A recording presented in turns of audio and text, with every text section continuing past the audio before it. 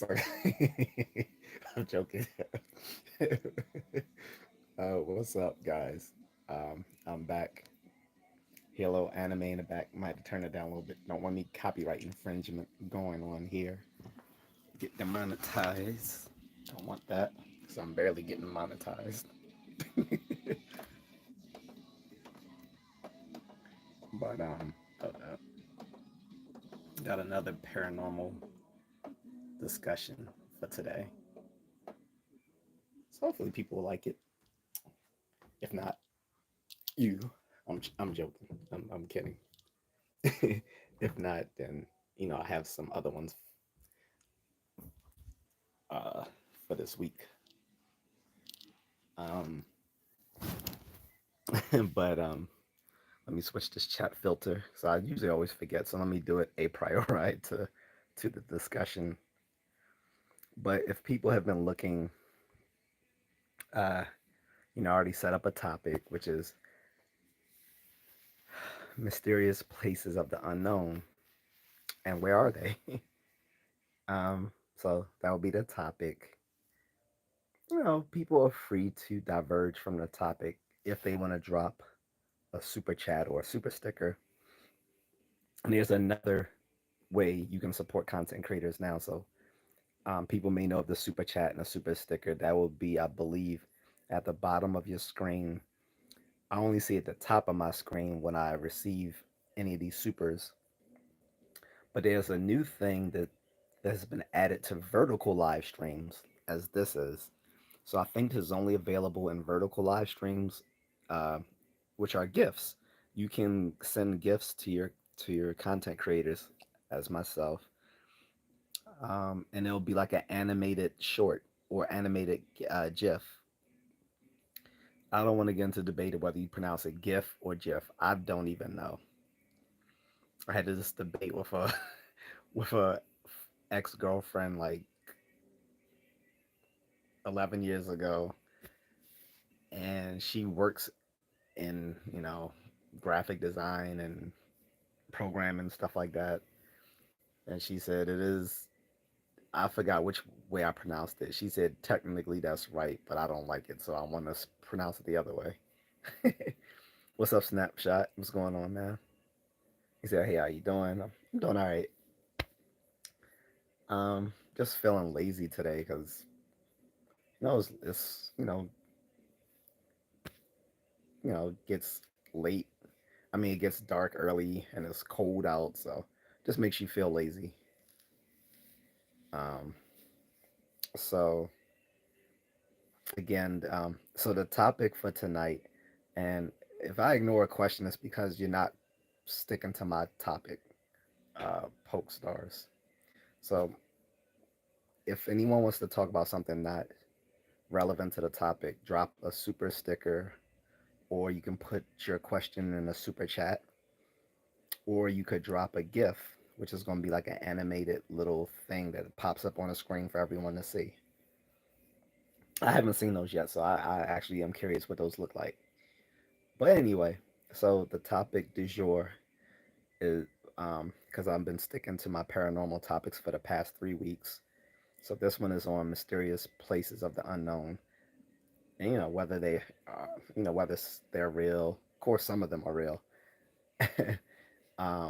Where are they located? I think the better question is not are these places real, but do they actually have any real powers um, manifest in those places? Because some of these places are real, like um, the Great Pyramid of of Giza. That's been considered a very spiritual place. The remnants of the hanging fruits of Babylon, no, not the hanging, the what was it called? The forest, whatever it's called. It was like a garden or something. Like it was like a building just built with like different levels of vegetation and stuff. I forgot. I think it's called the Hanging Gardens. I think that's what it was called. There's the remnants of that.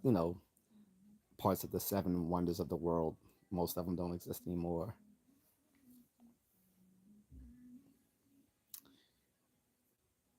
Raheem Concept, what's up, my boy? Good morning. What's up? Arza V2 says something Indonesia. What's up?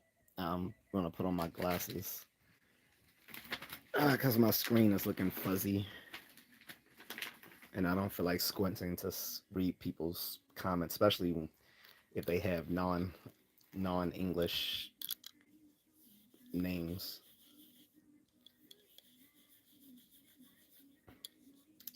So I'm gonna put on my little reading glasses here.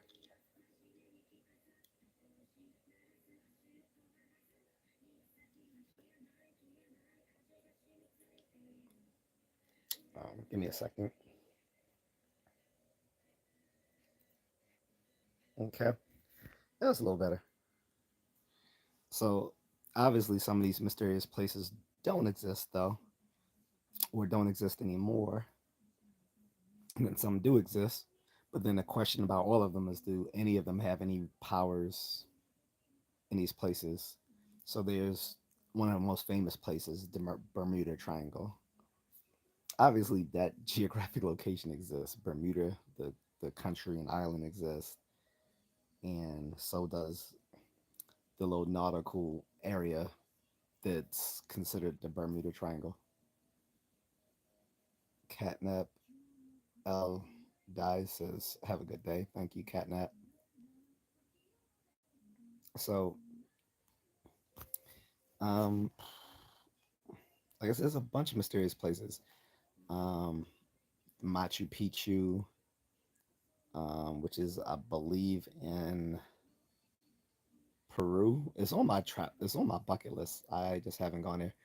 It's probably one of the few places I actually want to go to in Latin America because not too many places I'm very excited to go to in Latin America. Maybe there and the ruins, maybe the Mayan ruins as well. I actually can't say ruins because a lot of those temples hold up still pretty well. So some of the temples, um, but they have to be in a safe place in Central America because Central America is a bit of a rough patch when it when it comes to violence and unstable nations. But I would be okay with going to Machu Picchu. That's a pretty common tourist destination, so I know I should feel relatively safe there.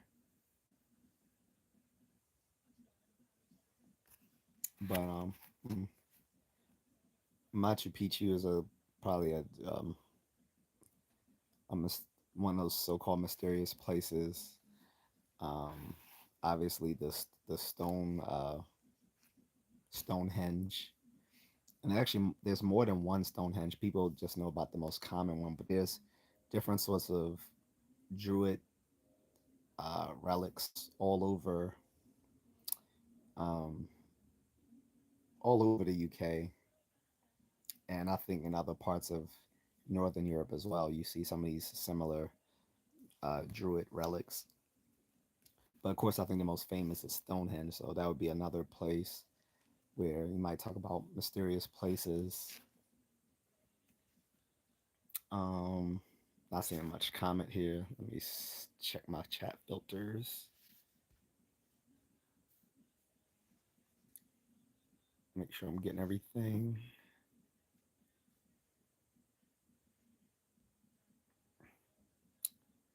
Yeah, I guess I am. Well, if there's not too much conversation, I'll just end this early. But yeah, um,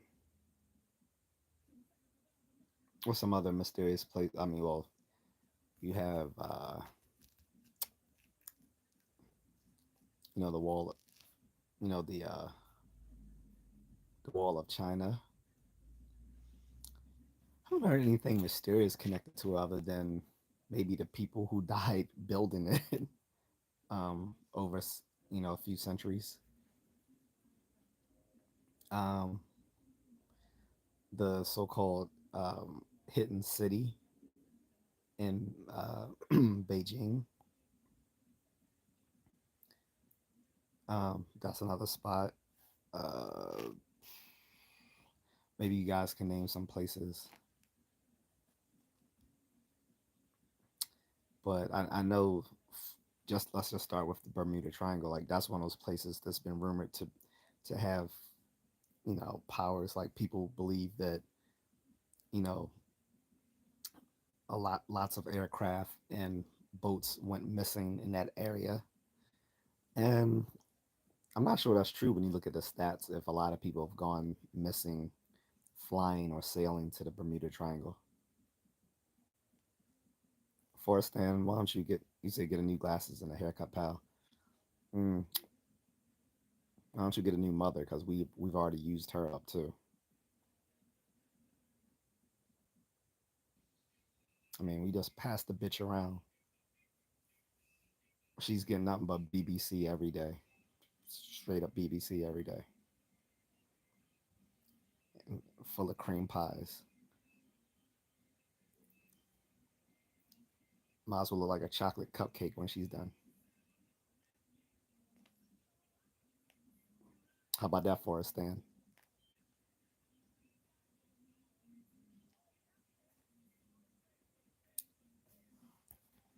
Go suck a dick and shut the fuck up. Anyway, so if I don't get too much reply here, other than low IQ trolls like Forrest Stan, I'll end this early. But I thought it might be interesting to add to the paranormal discussion I've been doing for the past 2.5 weeks, just talking about mysterious places and cities and locales. Like I said, Bermuda Triangle is one of the most famous ones because there's always been this alleged thing back in the day. Not so much now, I don't think. Now that we have GPS and jets, but you know, in earlier times, it was rumored that a lot of ships go missing, a lot of aircraft goes missing when it flies through the Bermuda Triangle. But like I said, I don't think the stats really add up to that when you look at them. Most people have flown or sailed through the Bermuda Triangle safely. Like I said, there's a whole tourist economy built up on Bermuda. Like I'm pretty sure that's the majority of their income for that island nation is through you know, tourist economy. Um, I've known I think I've known one or two people from Bermuda. Um, Almost as yeah, but why do you think why so many people talk about the Bermuda Triangle? Well, I haven't heard people talk about it in decades, really, but people used to talk about it for a long time. One, just because it wasn't a common place for people to go to before. Again, you had GPS and and the commercialization of flights the way we do now. Like taking a flight to the Caribbean is relatively cheap nowadays compared to like 50, 60 years ago, where, the average person probably can afford to just jet off to the Caribbean for the weekend. Now you can. A lot of my fellow passport bros go to the Dominican Republic or Puerto Rico for the weekend, come right and zip right on back. They even fly to Colombia for the weekend, come right on back. So it's pretty easy compared to like I said, you know, back 50, 60 years ago when, airlines weren't as weren't as reasonably priced as they are now. Plus a lot of people, we didn't have the type of media we do now where it would just be common to know that people fly back and forth through the Caribbean to places like Bermuda. I think maybe some of the reasons for the talk about Bermuda back in the day was probably with sailors. I mean, the Atlantic is not known for calm waters like the Pacific is, particularly sailing between, say, Europe and North America. Like, there's these, I forget the names of the waters that circulate between both, but sometimes it was known to be harsh conditions, and yeah, some some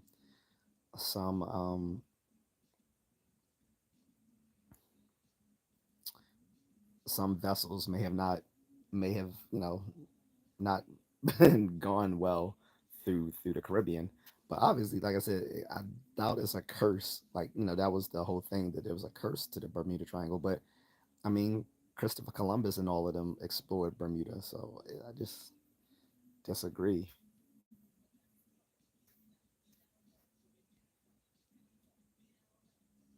So yeah, stay away from Colombia. I'm not scared of Colombia.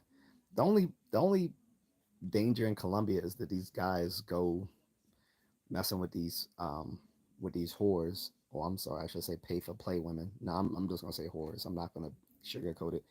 A lot of these passport bros go down there and they mess with whores, especially off Tinder, and a lot of these whores on Tinder are setting these guys up to get robbed and drugged.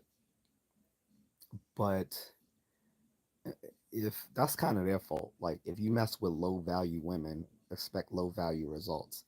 Meanwhile, you can go to Colombia and find a good Colombiana, a good Colombian woman, if you're not messing with pros. But if you go to Colombia messing with pros, you should expect not the best results, especially when there's so many guys going down there now. Like, there's a steady flux of Americans flying down there probably every weekend. And all of these guys aren't getting done wrong too. So, because I would tease them myself. Like, I'm in a couple of passport bro groups, and I often laugh when these guys earn a Darwin Award while in Colombia. I was like, man, maybe I should just avoid that country. But looking at it numbers wise, I know that doesn't happen to everyone that goes down there. It only happens to guys who are going down there being stupid. If you go to another country, especially a country that is third world and still has a low value of human life, like Colombia, then you're gonna get got. Like, don't go to a third world country with pooky behavior, messing with whores, flashing your jewelry, making it rain. I mean, you're just making yourself a target. Like, it shouldn't even take being in the military and knowing operational security to know that's not a good idea. Um, but speaking on Colombia, the Amazonian rainforest, that's been known to be one of these places that harbors mysterious stuff as well.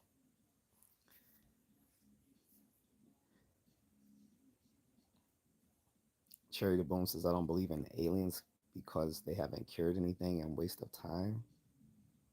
Okay, but I don't see how that's germane to this conversation.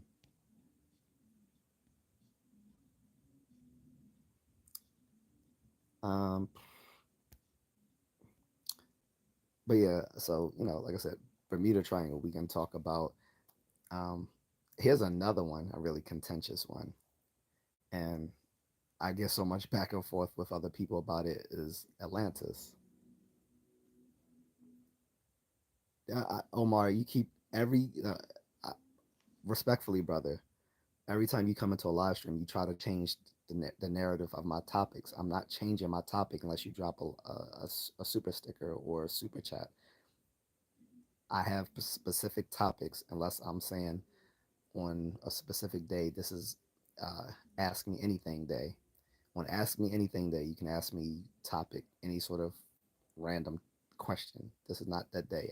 I have a topic, which is mysterious places, but you always want to go off topic. If you want to go off topic, respect my time and drop me a super chat.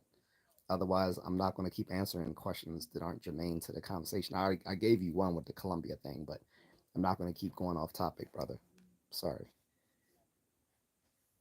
Anyway, so one of the more interesting so-called mysterious places is Atlantis, and I go back and forth with people about this for a long time. A lot of people are assume that it's real, and I think it was given credence when National Geographic did a special on uncovering places that could be the real life an, uh, analog to Atlantis, and they thought it could have been this uh, ancient Minoan society.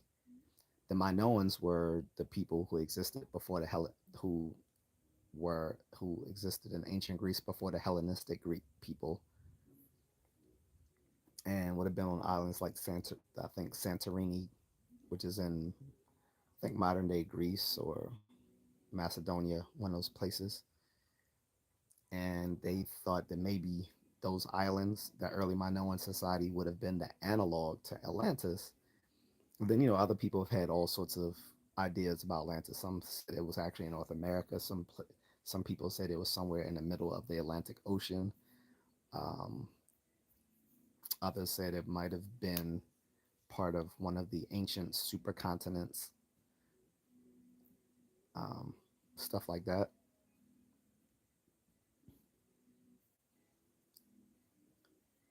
Almost as are you talking about the city that was underneath the sea or something like that?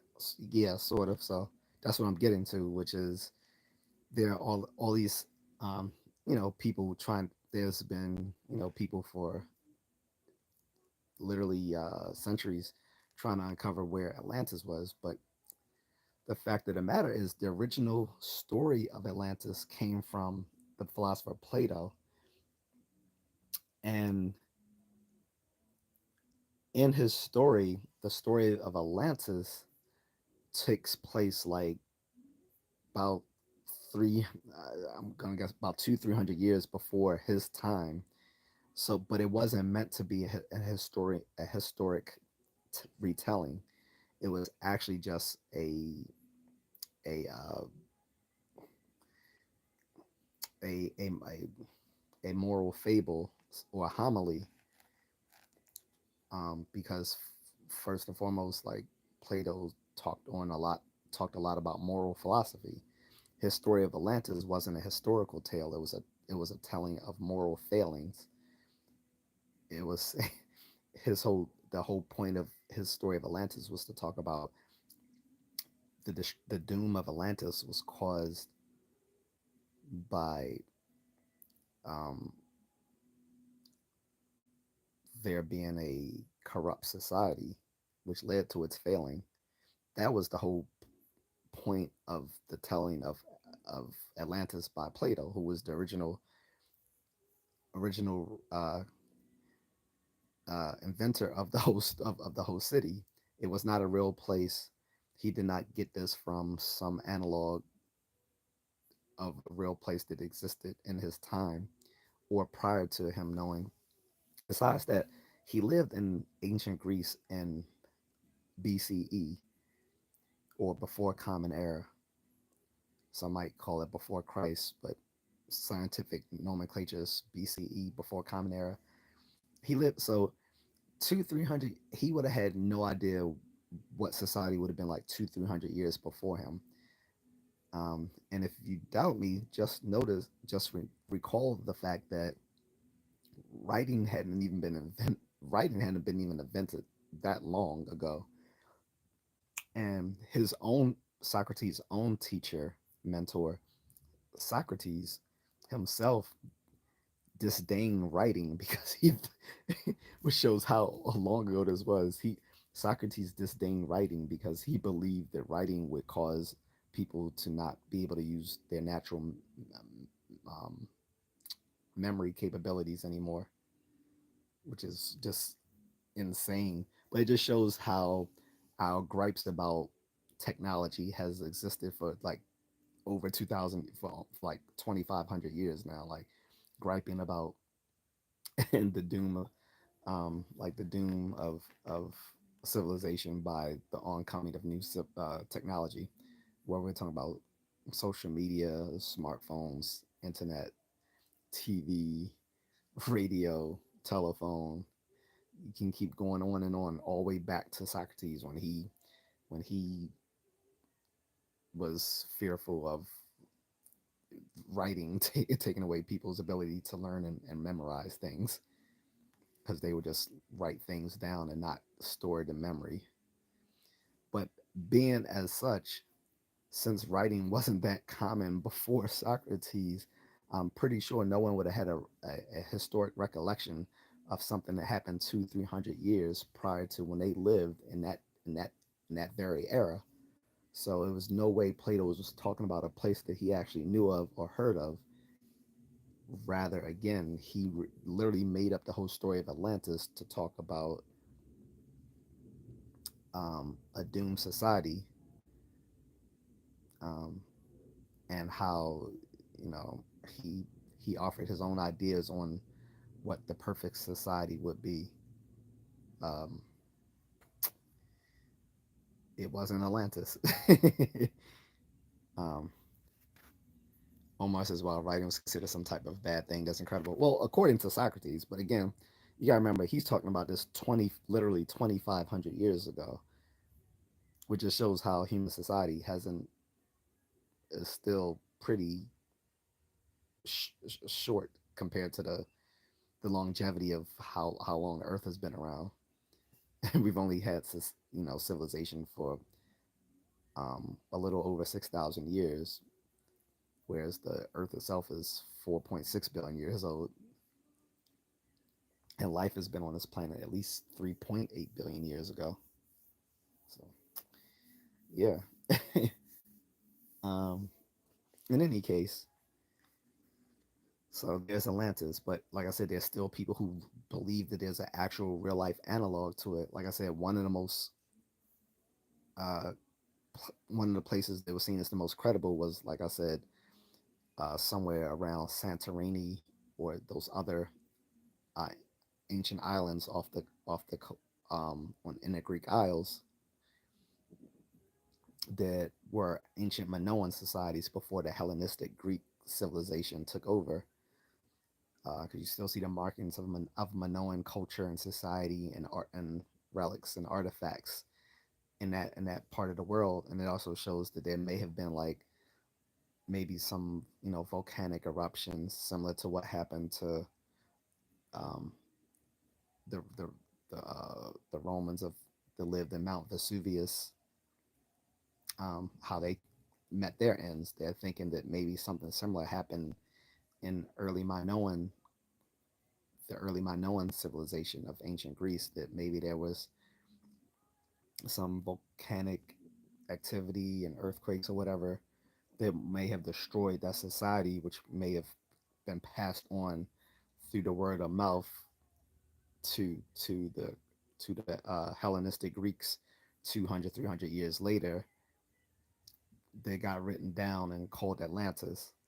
Again, it's possible, but that's very unlikely. This is very unlikely because who would have been able to, who, so you would have had people who survived this cataclysmic event that then went on to tell other people who then told other people who then told other people and so on, to which Plato then would have been like, oh, this is a good idea for a telling in this book on how I think political society should be structured.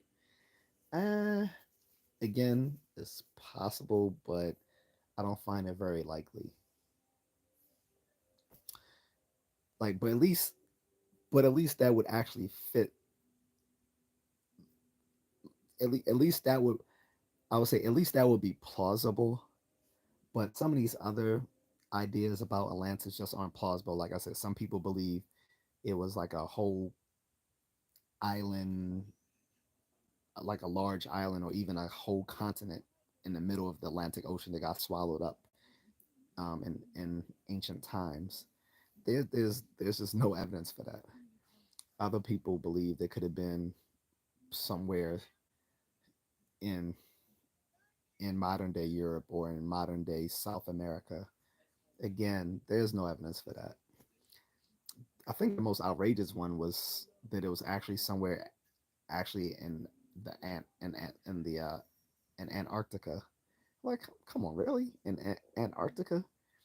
Like, how would, even if that were the case, how would Plato know about something in Antarctica? They didn't even know that continent existed. I mean, they didn't even know of North America in the times of antiquity. How would they even know of Antarctica? The furthest they knew of societies beyond ancient Greece was Northern Europe, North Africa, and going out to India and the Middle East, possibly China, but I'm not even sure they were aware of China in ancient Greece. During the Middle Ages, sure, but ancient Greece, I doubt it. So they didn't even know about parts of East Asia, North America,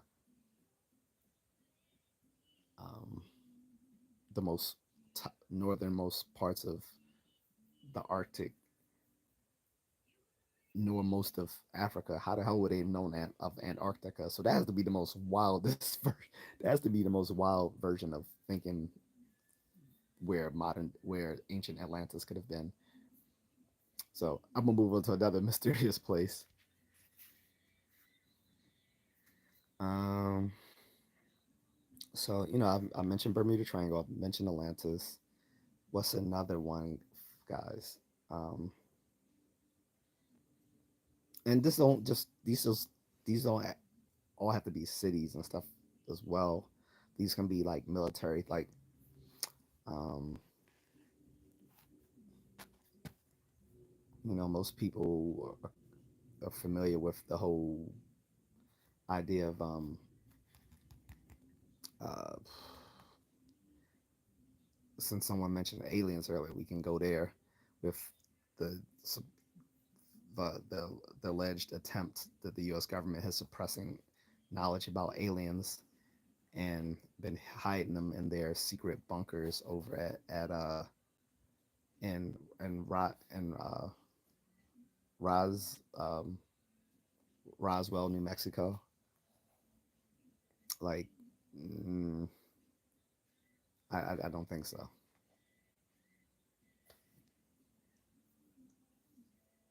Almost as who we believe has been over time the most powerful country. I don't know. Again, that's not really germane to this topic. Hey Agatha, she says hello, good night. Listening to you on my way home from the Christmas tree lighting. Cool. Agatha, what's the name of the so-called the experimental Air Force base that people think harbors aliens? I'm not talking about the Roswell, New Mexico thing. That's where people thought they've seen UFO sightings. So that's another mysterious place.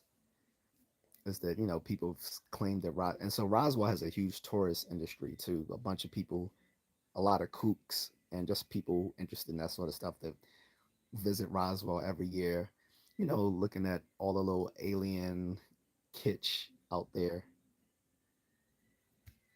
My um, almost as I want to hear some bad things about people on the west coast of the Midwest in the United States. They have always said that it's very haunted, where they see a lot of aliens or some kind of weird thing.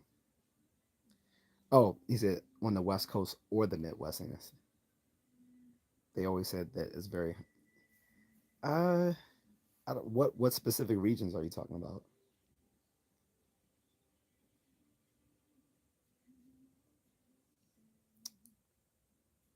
Um, it it depends. Like I said, there's Roswell, New Mexico, which is a famous place known for so-called UFO sightings. But um, most of that stuff has probably just been aircraft, like just banal aircraft or experimental aircraft. Usually in the so-called flyover states in the United States, which are over in the western half of the United States. Um, this is where a lot of the Air Force is stationed, and they fly a lot of their aircraft, which is why people will see stuff that they can't always identify because that's probably places where they fly experimental aircraft all the time. Not to mention just their regular military aircraft like fighter jets, C-230s, stuff like that.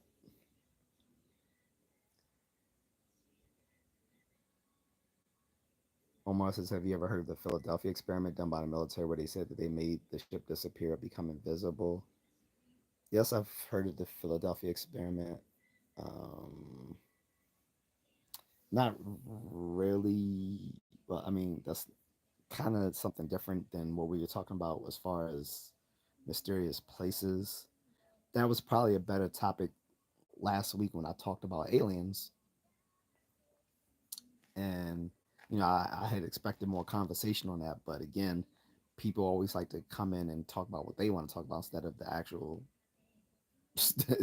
crux of what I want to talk about. But yeah, that would have been perfect to talk about the Philadelphia experiment either yesterday when I was talking about the ESP psychic stuff or talking about the alien stuff because people have all sorts of different ideas about what the Philadelphia experiment is and what it wasn't. Crispy Bacon says hello, sir. What's up, Crispy? Um, yeah, so like I said, Roswell, New Mexico is a new one. Oh, so the topic is mysterious places of the unknown, Crispy. Like places that either exist or people believe exist, and that people think weird things have happened there. Either that there some sort of powers harvested in those places, or where the government does secret things. So, like I just mentioned before you came in, Bermuda Triangle, which is where people assume that a lot of aircraft has gone missing, or a lot of marine vessels have gone missing, which isn't really true. Or then I mentioned Stonehenge briefly, and Atlantis, and I went over the whole thing why I don't think Atlantis was ever real, even though a lot of people are convinced that it is. Stonehenge obviously is real, but I was also mentioning that Stonehenge isn't the only Druid relics. That there's some littered all over Northern Europe. Did you see similar relics to Stonehenge across Northern Europe? Unfortunately, you got some uh, eco justice warriors who've came to Stonehenge and other places, destroying these historical sites by spray painting and all sorts of dumb shit. Like how you expect people to care about climate change by destroying historical artifacts? It doesn't make any sense. But these people are kind of retarded anyway, because they wouldn't dare go somewhere like Russia or China and destroy historical artifacts there in the pursuit of eco justice or climate change acceptance, because they know they would get arrested or deleted in those places for good. So they only go to safe places like in the UK or France where they know they'll put up with their nonsense. But again, so some people have hypothesized about what are the true reasons for Stonehenge and these other Druid relics, and it seems like these were just places of worship. But some people believe maybe Stonehenge has held secret powers, that maybe they even did stuff like ritual sacrifices and worship Satan and all that sort of stuff, which wouldn't have been true because I mean they wouldn't even have known of Satan prior to Christianity arriving there, because these Celtic people were pagans, which is why they had their Druid religion. So they would have just worshipped their uh, their paganistic deities. But some people are convinced that Stonehenge has some sort of hidden powers. I really don't think so, or that it was a beacon for aliens. Again, there's no evidence for that sort of thing either. Um, Crispy says I live in Carlsbad, right? Um, oh, next to Roswell. Okay, cool. That's what's up. I was just mentioning, so with Roswell, I think I think it's that city is basically kept alive by the tourist industry, because there's a bunch. Correct me if I'm wrong. It's basically a bunch of tourists that come out there every year. Kooky people who believe in aliens or just want to see like all the little um, stuff out there geared towards aliens and stuff and UFO sightings. But like I said, if there was any conclusive evidence, like it wouldn't be something that's still up for debate. It would just be a matter of fact, but it's not. But that doesn't stop people from wanting to come there anyway. And of course, if the local merchants there can make a dime off of tourists who believe in aliens, why not? They sell all sorts of alien merch there. Crispy says most ancient stories have some basics. Well, so get into that, like what you were saying, like sometimes they can be just completely uh fabricated, or like as I was talking about issues with false memory and stuff like that uh last week. One of the Another type of thing similar to false memory syndrome is confabulations, when people just completely confabulations mean people just completely fabricate an entire event and misremember these things as facts. So um, that could be happening with a lot of these ancient stories, is that they were just confabulations that were passed on, over time. Like I said, the whole story of Atlantis, there's really no real life analog to it, because it was literally invented by a philosopher to teach a moral story about the failings of society. He never meant Atlantis to be a based on a historical thing, but you had actual researchers go out and actually try to find real life analogs to Atlantis, like I was mentioning to people. And I was like, the most outlandish places people have thought that Atlantis could have been. Some people believed it was in Antarctica. People may believed it could have been somewhere in modern day Europe, like northern Europe, or even somewhere in Central Asia. Others in South America. And I don't know what's weirder, thinking it was in the Antarctica, or that it was once a continent in the middle of the Atlantic Ocean that sunk, which doesn't make any sense because there would be evidence of all these things if any of these things were the case. Some people believe that the Atlantean society were actually aliens. You can't get away from aliens when you talk about the paranormal, because some people always want to believe magic, and other people want to believe aliens, and other people want to believe gods. Like it's like pick your fantasy, whatever floats their boats. Some people want to see aliens and everything. Some people want to see um, gods and spirits and everything, and some people want to just see like psychic powers and magic and futuristic science beyond our comprehension. All of this begs the question, though, right? It's all question begging, um, which means they're assuming what they ought to be proving.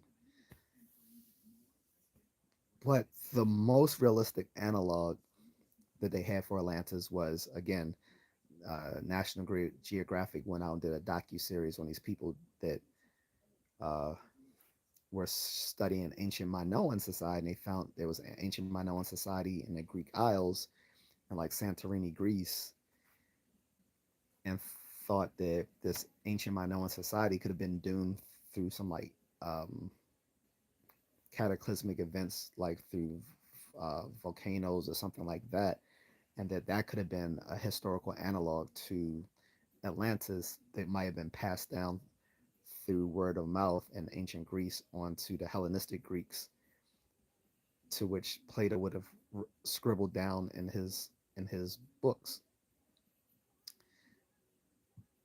But it's just doubtful because, again, writing was a recent invention by the time Socrates came about, who was Plato's teacher, and it was just no reason to believe that there was any sort of history going on, that people were actively recording stuff that happened 200 years prior to the Socratic philosophers to be passed down, um, that Plato would know about it. It's just very it's just quite implausible. It's possible, but it's not likely. So not every story has a basis. Some stories are just some stories are just a matter of confabulation. Like for instance, like no one would say that Grimm's fairy tales, to which we've had a lot of, great Disney classics, or Anderson's fairy tales, which we also have some Disney classics from, like Little Mermaid. I think came from Anderson's fairy tales, not Grimm's. Um, but no one would say that these fairy tales that were come from Germanic and Scandinavian folklore were based on real life things. What happened was that the Grimm's brothers and Hans uh, Anderson Christian took these old folklore um, from early German and Scandinavian times, and then modernized them and wrote them down for for future audiences. So, like for instance, they changed like stepmothers have gotten a huge. People have thought that stepmothers were evil and cruel because of how they've been portrayed through these fairy tales. If anything, they in the original tellings in this Germanic folklore, they were the mothers, but the Grimm's brothers thought it was too cruel to say that people's own mothers were trying to kill them, so they changed it to stepmothers. So unfortunately now everyone thinks that stepmothers are evil and cruel because they've all been raised on these Germanic fairy tales from the Grimm's brothers and the the or the Scandinavian ones through the Anderson's fairy tales, talking about these wicked, evil stepmothers, and they were actually the actual biological mothers that were killing these poor children. But the writers thought, hey, that's a little too McCabe. So let's dial it up. Let's dial this down a little bit. And in any case, like no one would think that these stories of like the Little Mermaid, Snow White, Cinderella, uh, and many other famous fairy tales that there was some real life basis to them. Hansel and Gretel, like that there were witches out there in the middle of the woods eating little children and luring them to their houses with candy. You might say something about modern day times with the guys in the vans with the candy, but hey, that's a whole different that's a whole different thing, right?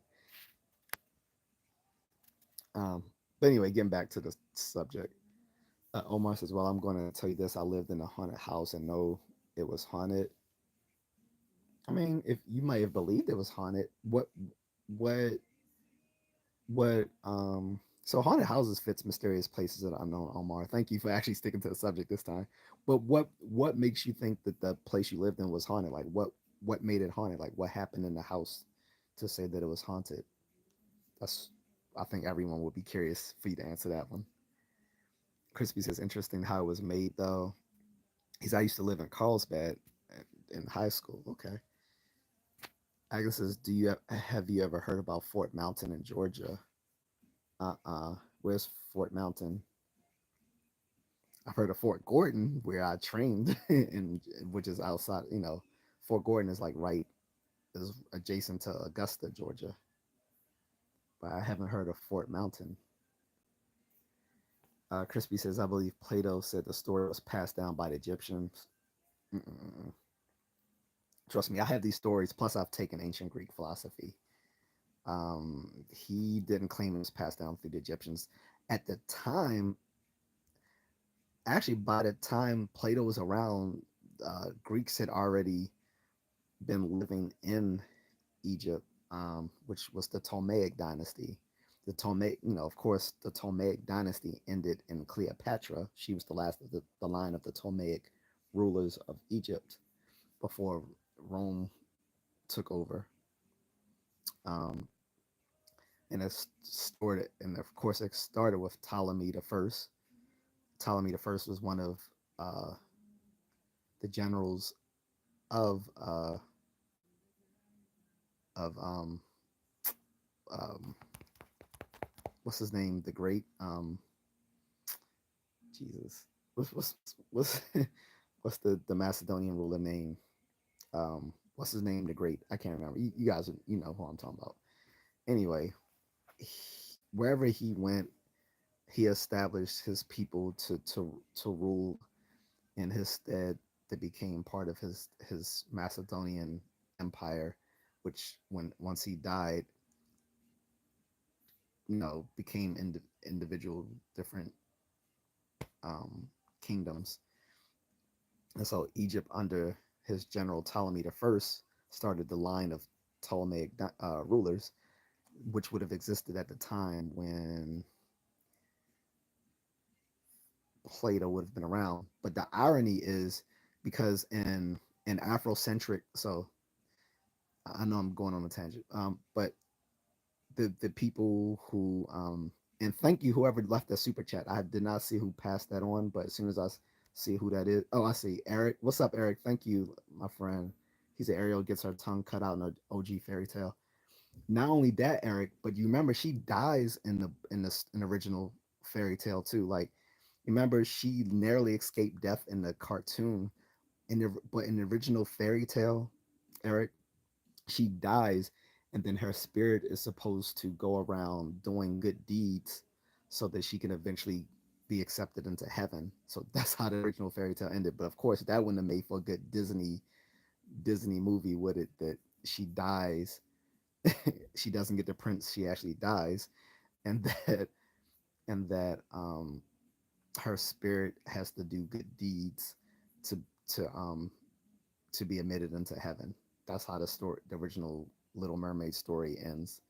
But again, that wouldn't be a good fairy tale for kids. But thank you again for the super chat. That's how you guys. That's how you do it.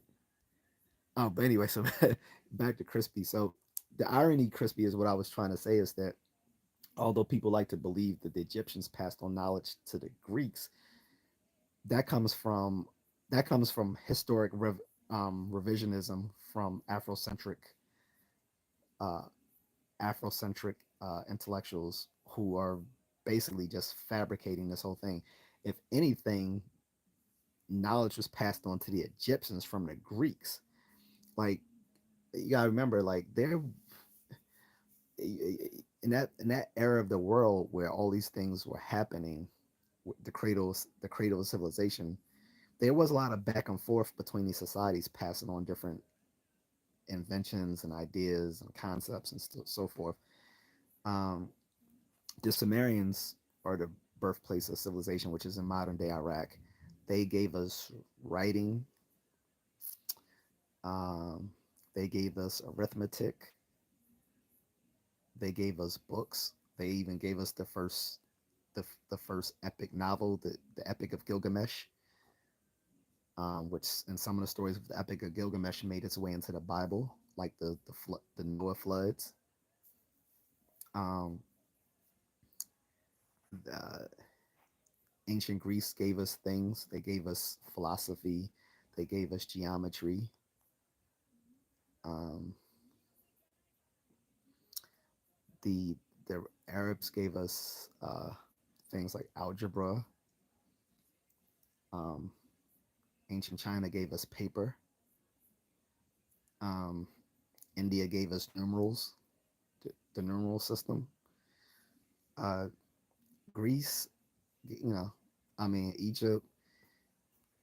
Uh, I think they had some agricultural inventions, although a lot of that came from Sumeria and later Mesopotamian civilizations.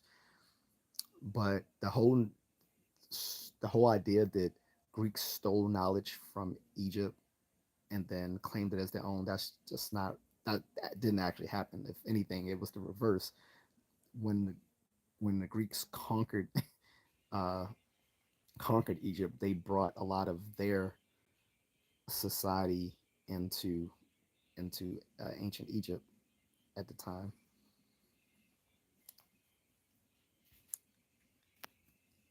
Um, Lenny says, "Will you put peanut butter on your face like a mask for $100?" No, but you can suck my dick for free, Lenny. How about that? Um, if you think this is one of these little content creators who are tweakers and will do anything for likes or money, you picked the wrong person. I'm not broke, bitch.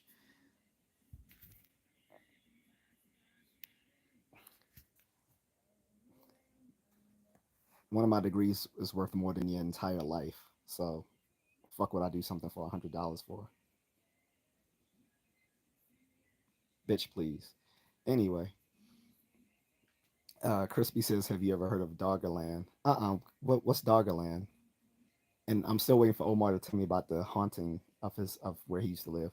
But yeah, what's Doggerland? I haven't heard of that at all. John says, "We see you. Hi from San Antonio, Texas." What's up, John? What's going on, bro? Do you live near Fort? Wait, I'm trying to remember. Is it Fort? I'm trying to remember which army post is near is San Antonio. Is it Fort Hood or is it Fort? What's the other one? Shoot, I can't remember. I think it's Fort Hood, but if it's not Fort Hood, it's the other place. I can't remember.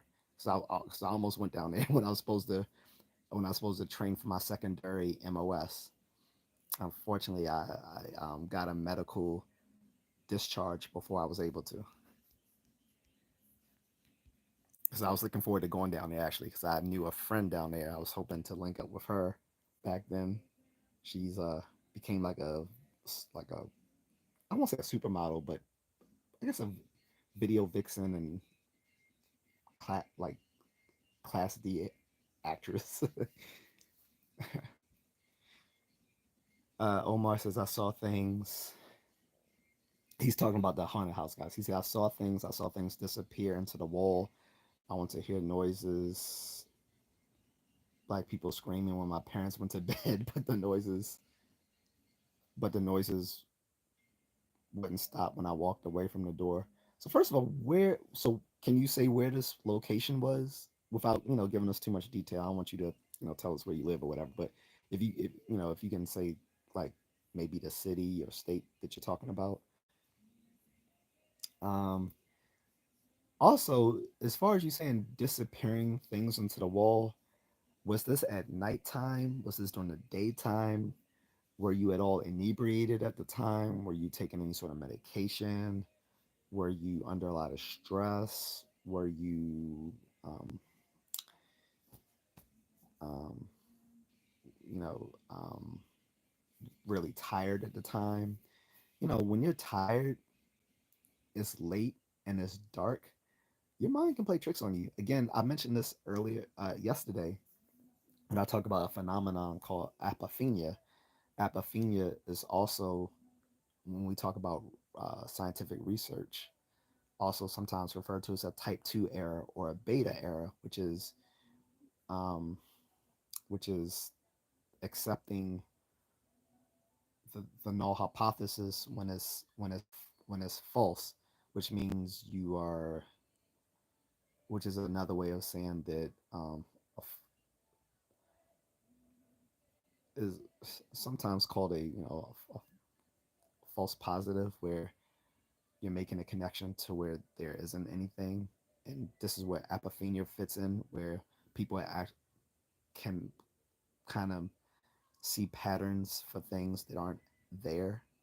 And this can happen under stress, um, under fatigue, when you're under an altered state of consciousness through like maybe hunger, or you're high, or you are facing emotional issues, mental issues, all sorts of things. So that's what I wanted to ask when you said it was haunted, because if the place where you lived that was haunted, I would think that this would get well known, and that you or your family will actually bring this up, that it might make it to the local news, maybe even national news, that this place is haunted. Because trust me, if you could demonstrate that a place is actually haunted, you would be so famous and probably wealthy as well.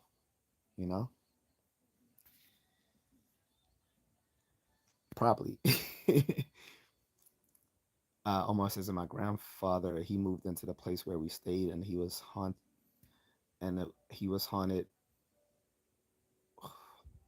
He who was haunted. He said a prayer for the house.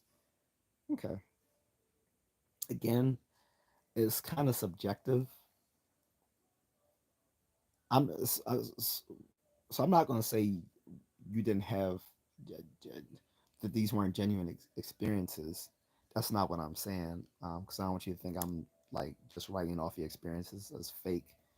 Um, these are probably genuine experiences, but I'm cleaning off my lenses here. um, it's not that the experiences aren't genuine. I'm kind of doubting the content of the experiences themselves, though. Like I think these are real. These may have been real experiences you and maybe your other family members or your grandfather had. I just don't know if the content of those experiences were real because they can be multiply explained without alluding to anything that is itself supernatural. So that's the only thing I'm skeptical about. But I do believe you may have had some genuine experiences, creepy experiences like that. Crispy says you are correct. I had to look it up. Got it from his grandfather, who had supposedly heard it from the Athenian statesman Solon 300 years before. Okay. Wow, he was referring to the story I was talking about, recalling of Atlantis, guys. And like I said, going back to that tale, again, Atlantis wasn't a historical retelling by Plato. It was actually just a story of him. He was telling as it was supposed to be a moral tale. It was supposed to tell of how the fall of Atlantis through was through the corruption of society. Because at that time in that writing, Plato was writing on what would be the perfect society, and he thought that Atlantis was actually a dystopia. He thought it was because of the moral failings of society that would have led to the doom of Atlantis. But he was using this as a homily, or a fable, not as an actual like historic retelling. So I just want to make that clear. Crispy says Lenny get the f out. Lenny didn't come back after I roasted him. He noticed. I haven't seen him back. Either that or Agatha booted him out. Um, Crispy says Dargaland connected Britain to the mainland Europe, a sink 7,000 to 10,000 years ago. Okay, so you're saying Dargaland was basically a tract of land that connected Britain to continental Europe, um, and would have been where the English Channel is now. I mean, it makes sense. Like, um, just like North America and Russia used to connect, which is how the Native Americans got here in ancient times because there was the Bering Land Bridge. They used to exist when the sea levels were much lower than they are now. So I'm guessing that was the same thing. Sea levels were much lower, so that uh, Europeans could have walked between the modern day UK and continental Europe, or similar to in Southeast Asia, sea levels were much lower, so you could walk um, a lot of Southeast Asia would have been connected by land bridges all the way up to India at the time. So a lot of the people who came to inhabit Southeast Asia followed these land routes, and then later uh, marine routes coming from like India and like parts of Southeast Asia and southern China, because sea levels would have been much lower then, so they could have walked across a lot of it, and other parts they probably could have used shallow boats to get to these places across the Pacific. Crispy says they have found many great artifacts from there. Oh, I'm sure. I'm sure. Yeah. anyone who would have discovered stuff like that probably would have made a lot of money unless they stupidly gave it to a museum like Indiana Jones. That belongs in the museum. No, it doesn't, Indy. Omar says I was in Chicago, but it was in the house, so it wasn't the people's. He said I was a kid. He didn't have nothing to do with being drunk. I didn't say he was drunk. That what I was saying is there are a lot of ways that people's states of consciousness can be altered, or that their perceptions can be altered. That that what they perceive isn't actually what is out there because of a lot of different influences on our on our mental states. Being drunk is just one of them. But I wasn't accusing your grandfather of being drunk. You being a kid also, that's another issue. Kids will often misinterpret things because they don't have yet mature brains to interpret things the way an adult would. Kids and adults can interpret the same state of affairs completely differently. So that's another issue. Like, here's a weird thing for me, Omar. So when I was a kid, one a field trip we went on a long time ago, we went to a farm, and they had like sheep and goats and cows and stuff like that. And for some reason, again, this is my kid brain interpreting this. I was interpreting that this woman was knitting some sort of wool or something from the sheep and then turning it into a sausage and eating it, which is completely weird. Like, that's how I interpreted it as a kid. But when I came to reflect on it as an adult, like just like a decade or two later, I'm like, obviously that's not what I actually saw. I was like, if she was eating something, it's like more likely she had food beside her while she was doing her work. And in my immature mind at the time, I interpreted the food that she ate as being part of the very work that she was doing. And I'm pretty sure she wasn't making a sausage like food and then eating it, like working directly with an animal. Like that wasn't really what happened. But again, this is an interpretation of a child's mind. So a child, like, the retelling of something from a young child has to be taken with a grain of salt, which is why the testimony of children can't really be trusted when it comes to the court of law, because they're not reliable sources of information.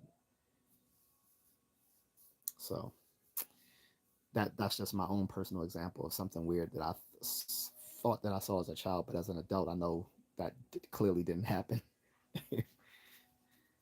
um, Crispy says they believe Dargaland sank in an earthquake.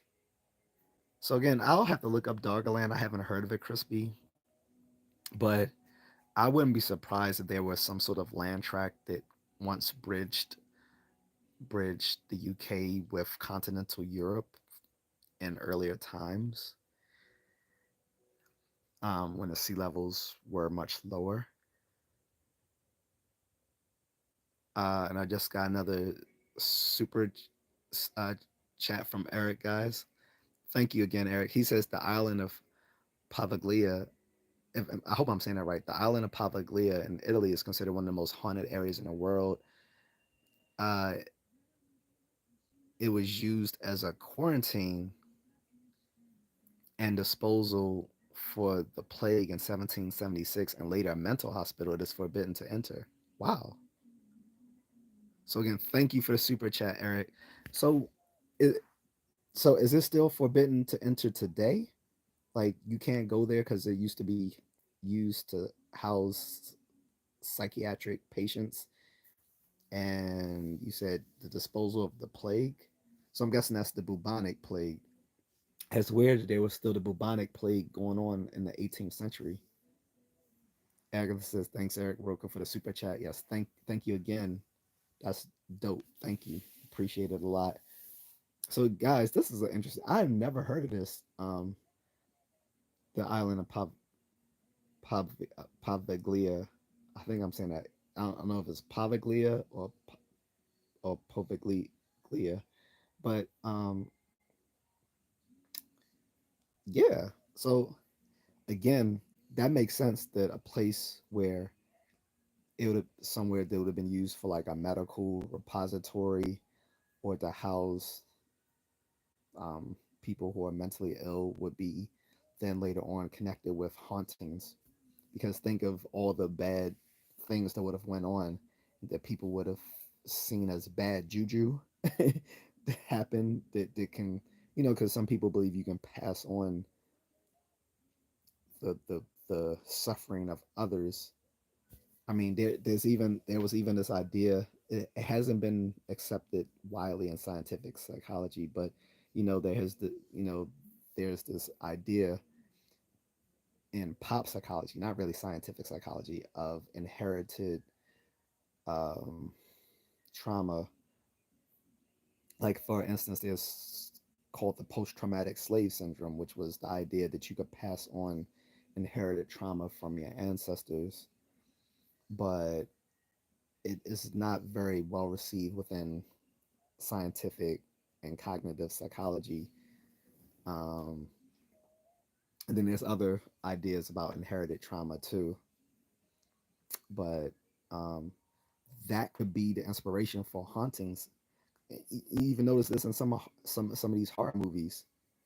Um, like horror movies where they show like a haunting site being this place where there was a cemetery for Native Americans here in the United States, or overseas in Southeast Asian horror films. Um, a lot of these hauntings would be from places where people there was a something immoral happened, especially in these Indonesian horror films, which are really good. I recommend them greatly. They're all on Netflix, most of them. Usually, what happens in these Indonesian horror films is that someone does something sinful or cruel and wicked, and that that goes on to cause these spirits to cause a lot of problems to the people now in that same space until they've uncovered the original wrongdoings and do something to correct it, so that the spirit can move on, or that they can stop being haunted or whatever.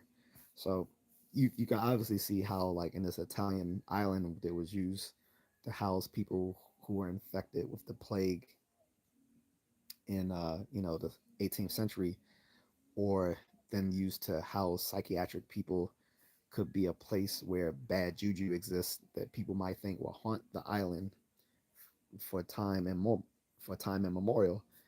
Um, Also, is it points again back to scientific psychology. One of the important things that Freud did was that he was like one of the first people who actually like listened to his patients and then just treat them as being like subhuman or demonic, or just or as less than regular human folks.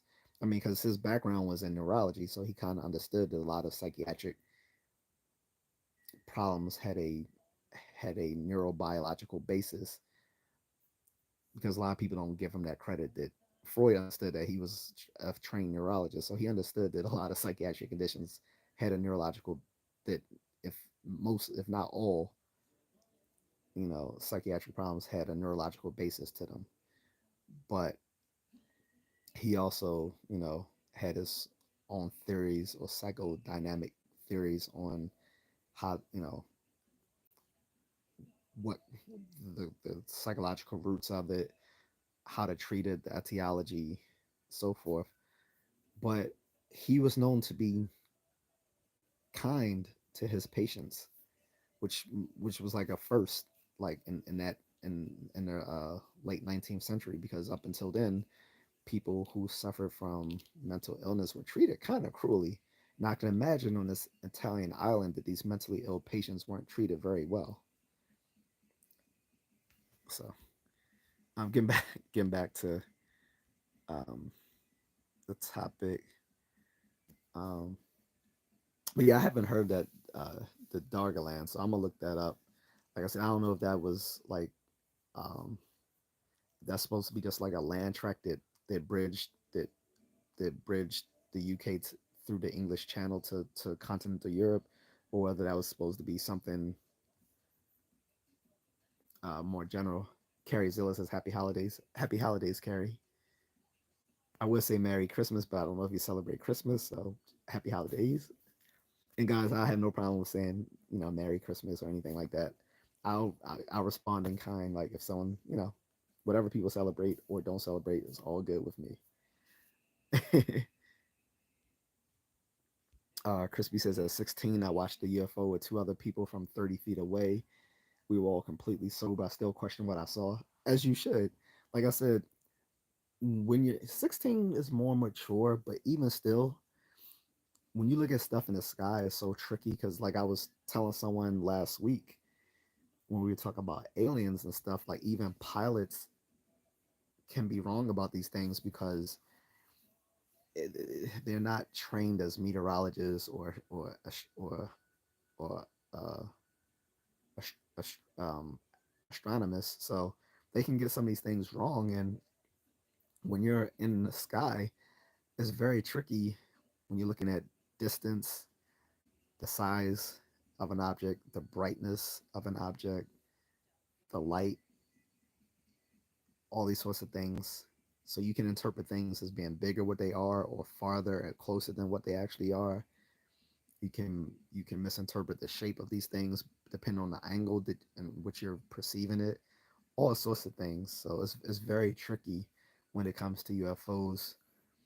But I've come to accept that none of these UFOs that people have seen, or UAPs, as some people prefer to call them, have are of an alien basis, as far as we know.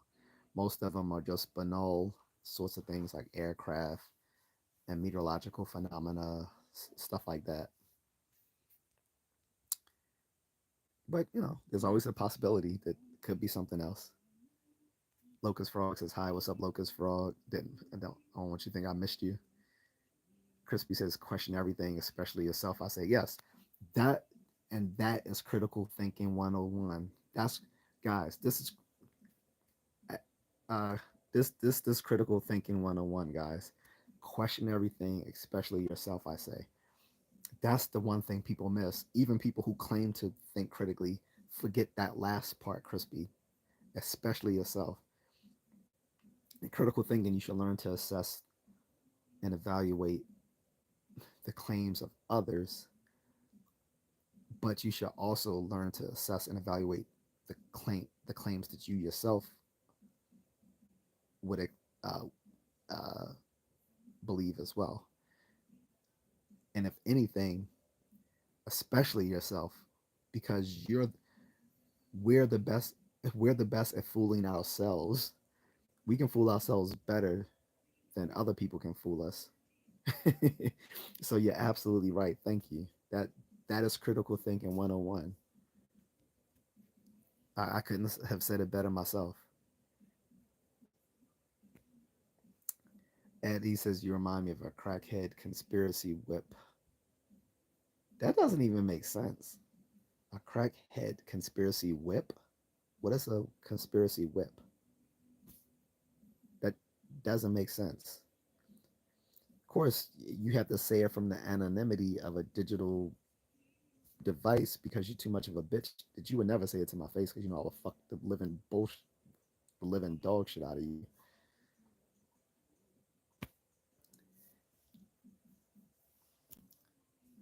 Don't get these, don't get it twisted with these glasses. These are just reading glasses. I would, I would dog the living fuck out of any troll if they ever met me in real life. But such is the life of a troll that you would never do such. You're low hanging fruit, and you pretty much are losers, and you get no pussy. You guys live online to talk shit. You're probably either children who your retarded ass parents need to keep you off the internet, or you're fucking grown ass adults beating off in a basement with a chin beard and probably 300 pounds. You're a fucking loser. So have at it, Ed E. Fucking dumbass loser. Crispy says, Agatha, how was your day? Jason says, off the back of the back, this man credit score is 900. It doesn't even go up to 900, but I wish. I wish I had an 850 score. I think the highest is 850, I believe. Wish I had 850. I've had close to it, but not currently. Crispy says definitely look up Doggerland. Yeah, I'm curious now. I'm gonna look it up. Omar says Doggyland is with dogs go when they die. All dogs go to heaven. You don't remember the movie? All dogs go to heaven. Actually, I want to bring up because the movie. When I found out about what happened to the actual actress that played the child in the movie, that was just super sad. So let's keep things happy here. But no, all dogs go to heaven, right? And Frank says, "I say this to your face." No, you wouldn't. No, you wouldn't, because you're not even using your real name. So no, you're not. No, you wouldn't. And Frank says your ancestors were slaves. You should be a slave too. Everybody's everybody's ancestors were slaves at one point. It was one of the most common things that happened in human society was that people were slaves at one point. So who cares? I'm smarter than you. I look better than you. I'm healthier than you. I don't have to hide behind a screen. You're making fun of a Jewish woman who died in her cellar with her family during the Jewish Holocaust. So you're obviously a loser. No one cares if if if the if the if the bitch made motherfucker is still here. Because I think Agatha blotted him out. Agatha says I was thinking the tree lighting would would have been postponed, Chris, but it went on without a problem. Eric says my credit score is 780. All right, big dog. You ain't gotta brag about your 780 score. I wouldn't say that too loudly. You gonna say, YouTube is part of Google, so after you get off, watch after you get off this live stream, Eric, you gonna get a bunch of little credit card offers in your emails. Gonna be like all these Mastercard, American Express. You're like, damn, where all these offers come from? They be like, oh well, Google, Google probably bundled up this information to some data broker, and they was like, oh, he has a 780 credit score. We're gonna send them these all these little lines of credit. So that's why I'm not saying what my credit score is. Even if my credit score was bad, then I'll just get all the lines of credit for bad credit scores where they try to get you those little credit cards where pay you have to pay like an annual fee or monthly maintenance fees and stuff like that. So if I was to say, oh, I got a really low credit score, then I would get all these little credit uh, credit card companies trying to offer me those little dubious cards with the high ass annual fees and so Laura says blessings from Hamburg, Germany. Was Thank you, Lars. Appreciate it. Gutted Kid LA says, hey Gus, you got that blue stuff? No, I got that white stuff that I sprayed all in your mouth, like I did your mother last yesterday.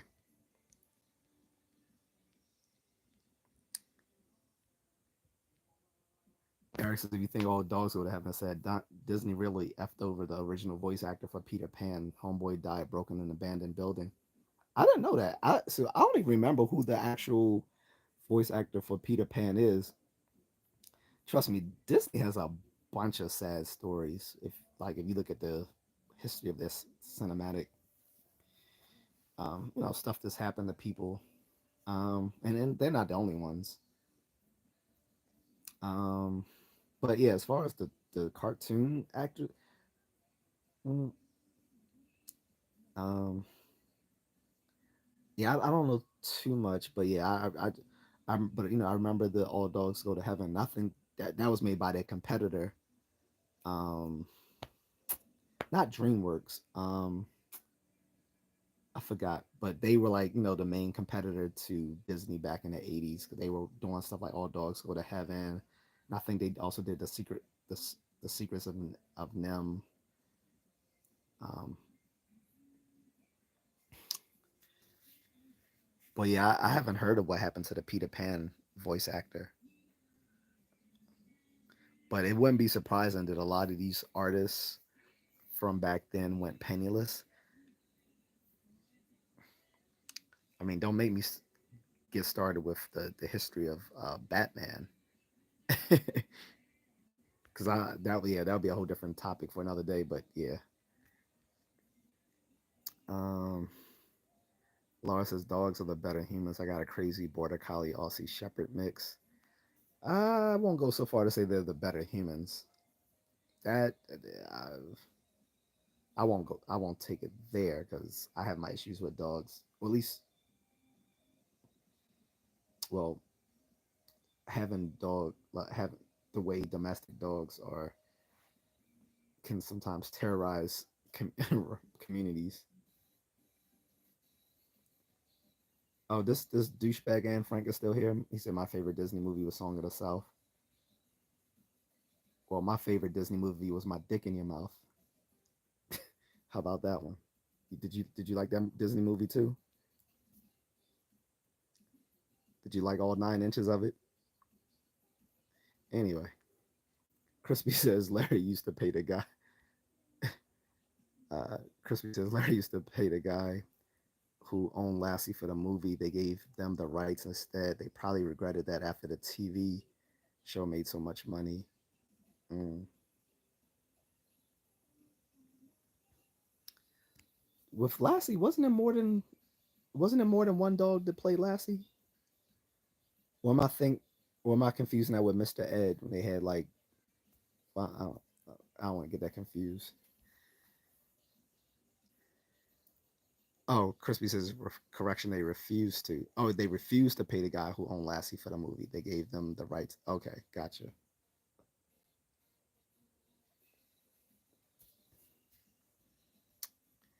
We're old. You got to be old school to talk about it. I don't think any. Just in. I'm pretty sure no one in the chat under the age of I don't know age of 35 probably even knows who Lassie is. I think there was a remake of Lassie in the 90s. So I'm guessing some millennials do know who Lassie was. But for the most part, I don't think anyone under 35 know knows who Lassie is. Laura says I'm 40 plus. Okay.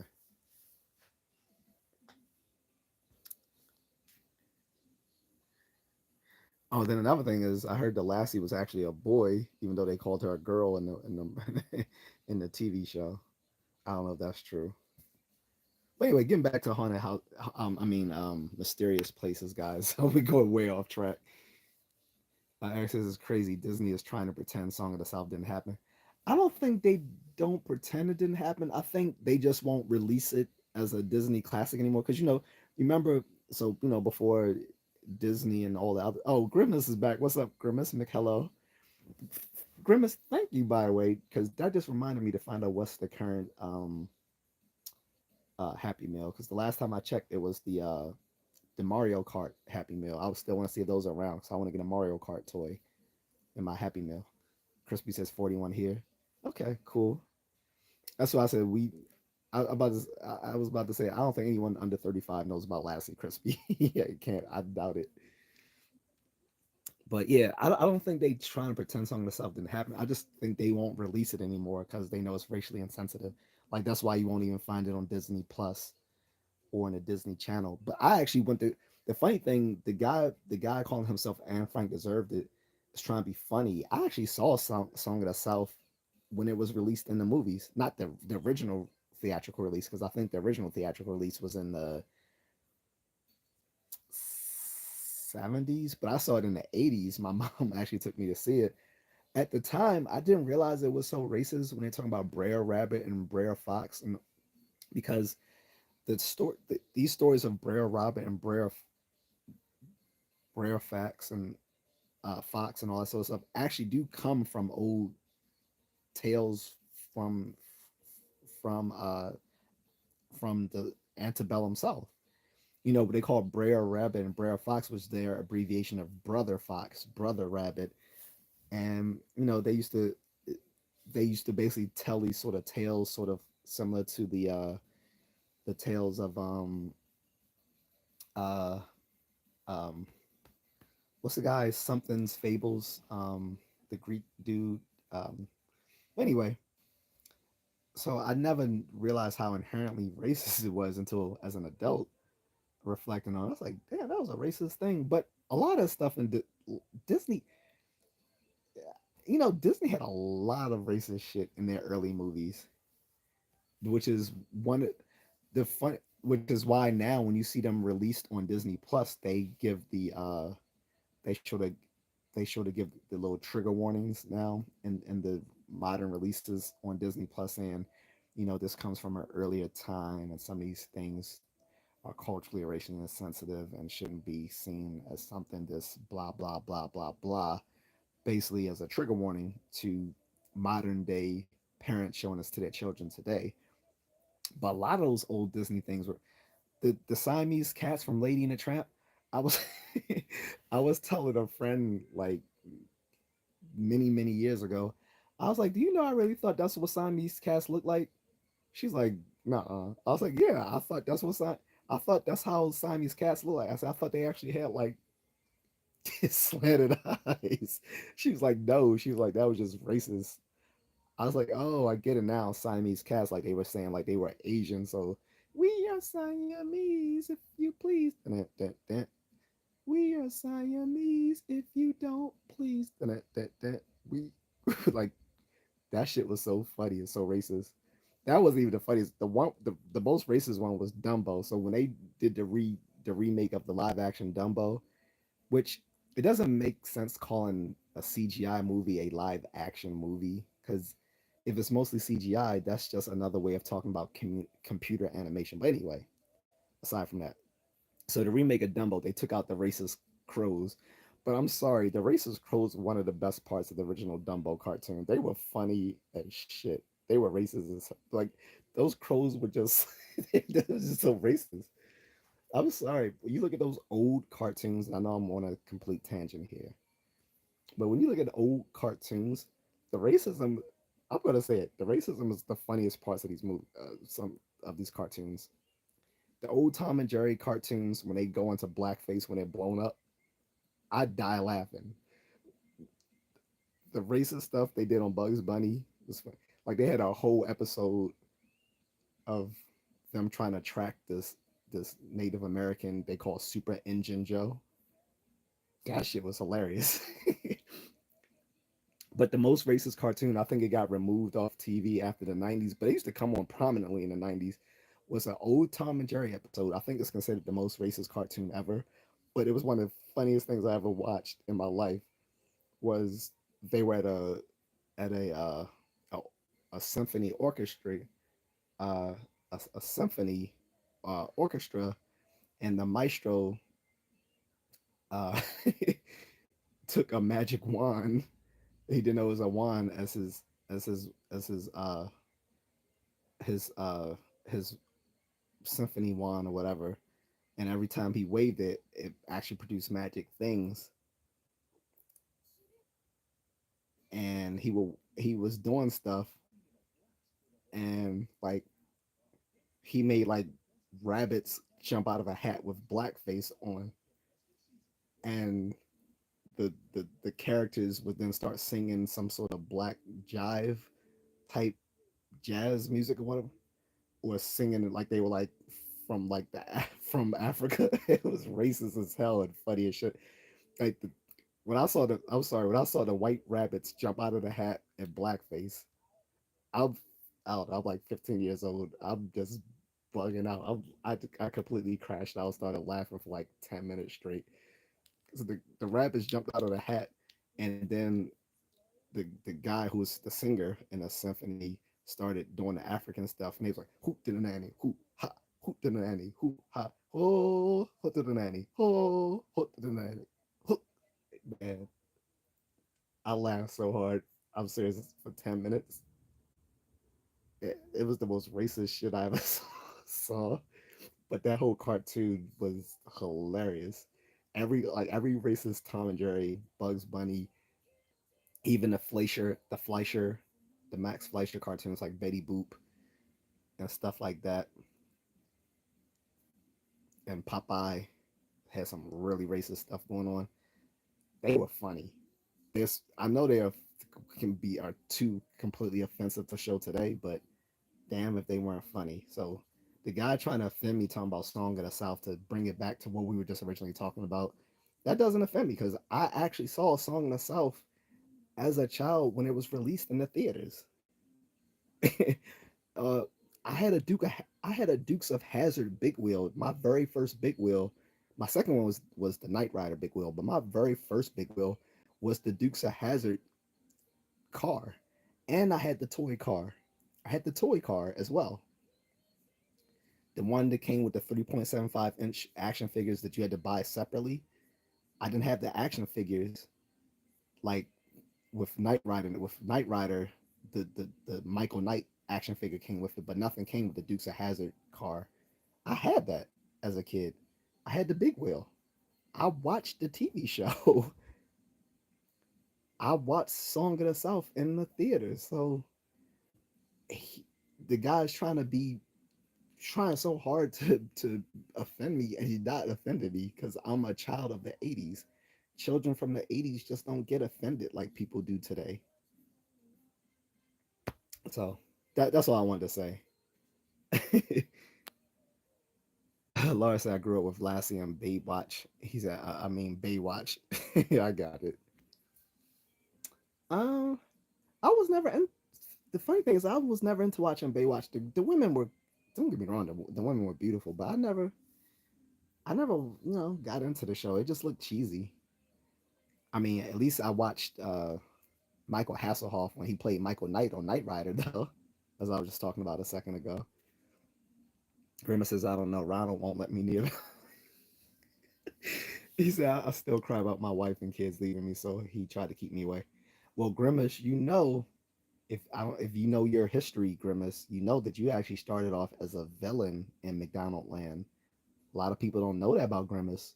Grimace wasn't always Ronald McDonald's best friend. He actually started off as a villain in the early McDonald's of the '70s, and he had like 3 arms.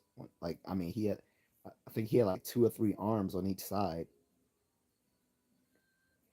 People don't remember that he had like multiple arms, and he was originally a villain to the McDonald's people.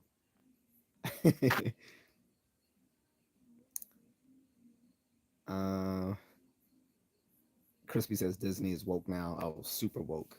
The funny thing is, I think Disney is more like Vought in the boys than is closer to the the imaginary company Vought in the boys than we think. And the creator of the boys wasn't trying very hard when he named the company Vought, which is supposed to be like bought, like they're bought and paid for. Like he calls them Vought, but because he's saying that they're bought, like they're like you know.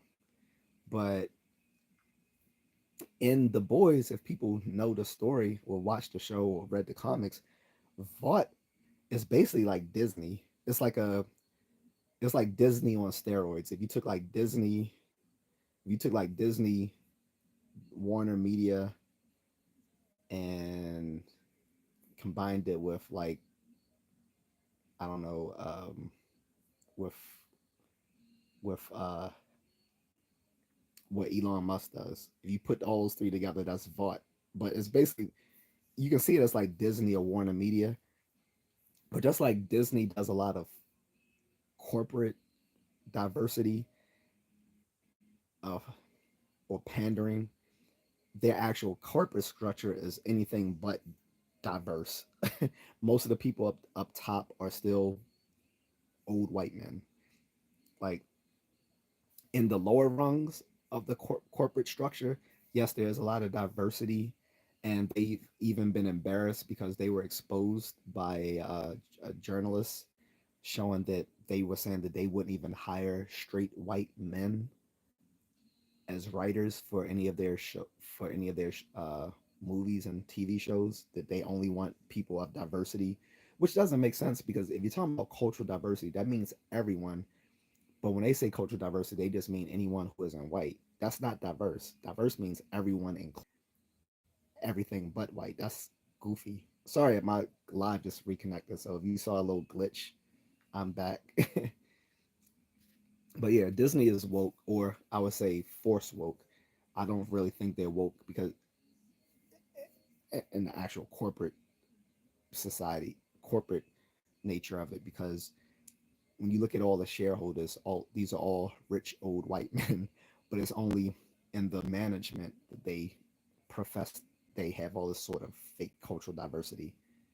That's not where the real money is made with the middle management or with the writers and artists and actors or producers. The real money is the shareholders. That's where all the real money is. And those are all rich old white men. So all that so-called diversity is just pandering, and they're pissing off their shareholders with it too. So some of their shareholders have been bucking back. This is why you're starting to see them reel in all this wokeness now. Go woke, go broke. So they're reeling all this in because it's hurting their share. This is hurting their stock. You piss off their shareholders, then there's only but so much they'll take. So you see them starting to reel it in, like Marvel. Uh, Feige, Peter, what's his name? Uh, Feige is reeling in a lot of the wokeness from Marvel because they see it's not working. I mean, a lot of these projects that have come out were already in production for the last couple of years, so they're still being released. But anything on the current slate is not anything slated to be released that hasn't already been that's not already in pre-production. They're not doing that woke stuff anymore. This is why they're not making Eternals 2. This is why Shang-Chi 2. This is probably why we're not going to see a sequel to Shang-Chi either. They're probably going to still use the character, but he's probably not going to get his own movie again. He'll probably be wrapped up in some other projects like Secret Wars or something like that. Like he'll probably reappear in Secret Wars or whatever. They're probably for Secret Wars. They're probably going to try to bring back everyone from both the Infinity Saga and the Multiverse Saga who hasn't died or left because of their contract or whatever. But other than that, they're reeling it in with Marvel. It's yet to be disclosed what Lucasfilm is doing, but it's all the stuff it's hard to tell because every time they say they're going to release a movie, it's never happened. People forget how many movies they have slated to release and they've never happened. For instance, the last season of Game of Thrones was shortened and kind of just shoved off to the side and turned into shit because the two producers for Game of Thrones, um, Wise and Benioff, were slated to make a trilogy for Star Wars, which never happened. Taiki Waititi was supposed to do a movie for Star Wars, it never happened. Feige was supposed to do a movie for Star Wars, it never happened. Ryan Johnson was supposed to make his own trilogy, that didn't happen. The uh, Currently the guy who made the X-Men Dark Phoenix is supposed to be making uh, a trilogy of movies based on Ray. That's We'll see if that happens. The whole Ray movie was pushed aside for Ice Age 6 next in 2026, so that's not going to happen. At least if they'll probably still do some Ray movies, but that might be the new trilogy they're talking about. The Dawn of the Jedi movie by James Mangold, that has yet to go into production. Um, the David Filoni film that's supposed to be based off The Mandalorian, Ahsoka, and the Book of Boba Fett, that's supposed to still happen. We don't know. The Lando Calrissian movie, isn't happening now. The Book of Boba Fett was originally supposed to be a movie. That didn't happen. The Patty Jenkins movie um, on the Rogue Squadron, that's not happening. Um, the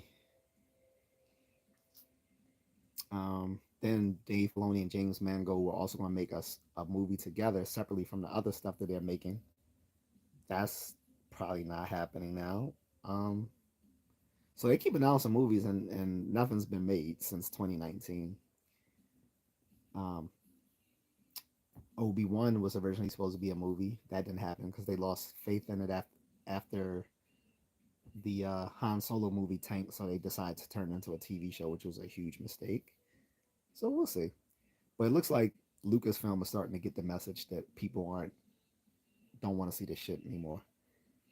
They ruined the most popular IP in the world with this woke bullshit. They took the most they took the most celebrated IP in cinema and fucked it up. Like people forget back during the prequel era, people used to be so excited for a Star Wars movie. People used to camp outside for tickets for the release of that movie because back then we didn't have like the pre-sale the tickets that went on pre-sale online like we do now. So people will literally go camping outside for their tickets the same way some people do for like music concerts. You know, um, no one's doing it anymore. Was no one? I think. Excuse me.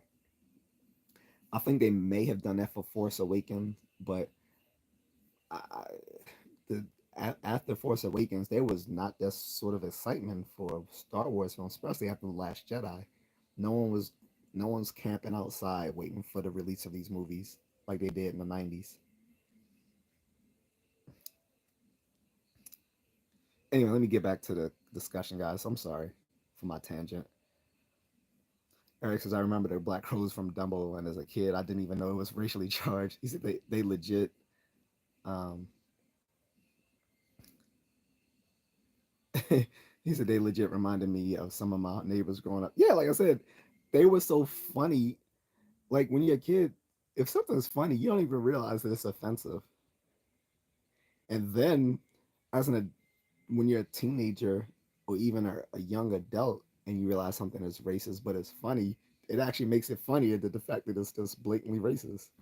To me, at least, because I probably have a because I probably have a twisted sense of humor. But for me, it makes it funnier if something is racist and but it's funny. Like I said, this is what I always tell people who come trolling on the channel. It's like, hey, I don't care if you're racist if you're funny. If you can say something funny and it's racist, then I'll let you get away with it. But if you're just gonna come here to troll just to be, just to be, mean spirited or nasty, I'm just gonna boot you off the channel. Because it's like, if you're gonna come here and be racist, at least make it funny. Disco Davis says I can't enjoy Disney now. It's too woke now. Again, agreed. They fucked up Pixar. Pixar was a moneymaker. Who would have thought that Pixar would have been? They would have tanked Pixar. Like people don't even. No one's checking for Pixar anymore. Like most of the Pixar releases have been released straight to Disney Plus, or even if they are released in the theater, they might be released at the same time as they're released on Disney Plus because no one has confidence in those movies anymore. They don't make stuff like The Incredibles and Wally anymore, like quality stuff like that. Instead, they have movies where the whole movie focuses around some half black kid who's gay because the actor who plays him is a half black gay guy. And it's like so now the actors have to model the characters. I mean, well, or vice versa. The characters have to model the voice actor, which is just insane. The whole point of acting is especially voice acting, is you can be anyone. It's all about fantasy. Um, but requiring representation in an animated character by the actors is just nasty work. Like, why does the voice actor have to resemble the cartoon character that he's voicing? That's, to me, it's just silly. Unless it's a very culturally specific sort of character.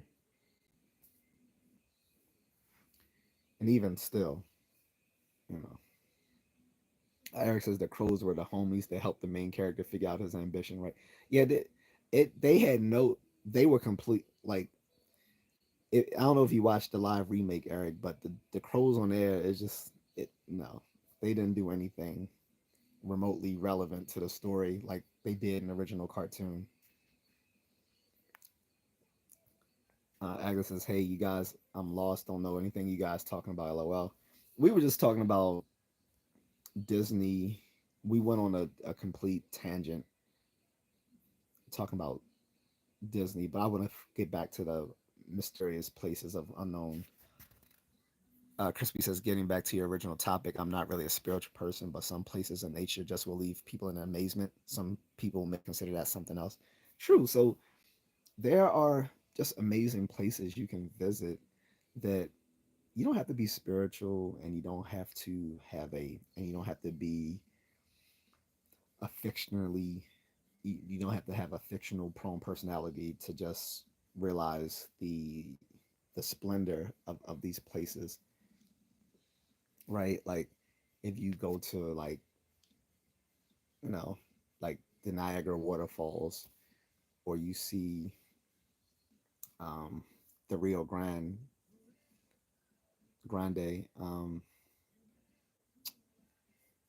uh, the you go to Yellowstone National Park. I'm just mentioning places in America, but of course, places worldwide, like some of the places I mentioned earlier, like Stonehenge in the UK, Machu Picchu in Peru, um, the Mayan relics in Central America and Mexico, as well as the Aztec and Olmec ruins. Um, all sorts of things. Seeing the Great Wall of China, seeing some of these amazing Buddhist temples in Thailand, amazing. I've visited a few. Some of them are just amazing. Or the really famous one in I think it's Wat Angkor in Cambodia and Phnom Penh. I think that's in Phnom Penh, Cambodia.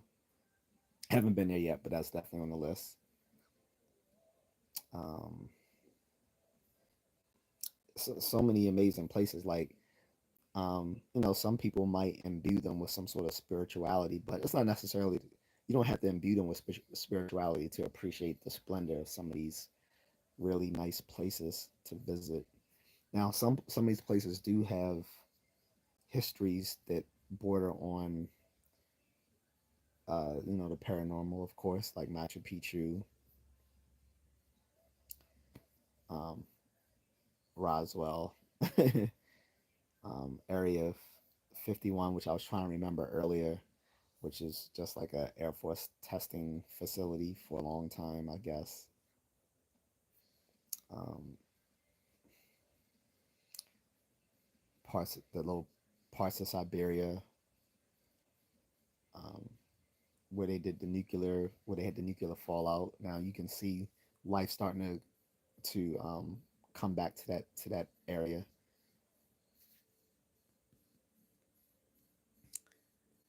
Anyway, Eric says in Inside Out 2, they backpedaled hard on making the main character gay. The little girl? I mean, I know she's not a little girl in the second film. I think she's like a teenager now, but she's now gay, or you were saying they were about to make her gay? Why would they even need to do that? Like, if you're talking about a person's emotions and all this sort of stuff, what is the point?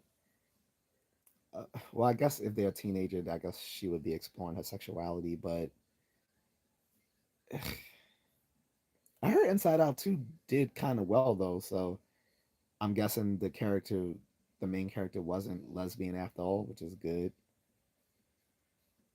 Like that's the other thing with wokeness is they keep trying to act as if alternative lifestyles are actually common, and they aren't as common as they are forced down people's throat. Like these alternative lifestyles are just that, they're alternative, they're not mainstream. But the way they want to project them in these Disney films and shows is that like the alternative lifestyles actually just as common as the mainstream stuff, if not more so. And it's an unrealistic view of society. Like let's remove whether we even agree with these alternative lifestyles or not. That's a separate issue. The other issue is the fact that they are portraying them as if they are if the alternative lifestyles are the mainstream, and they're not. Especially depending on where you live in the world. So, I it's ridiculous, and this is why Disney has lost so much good good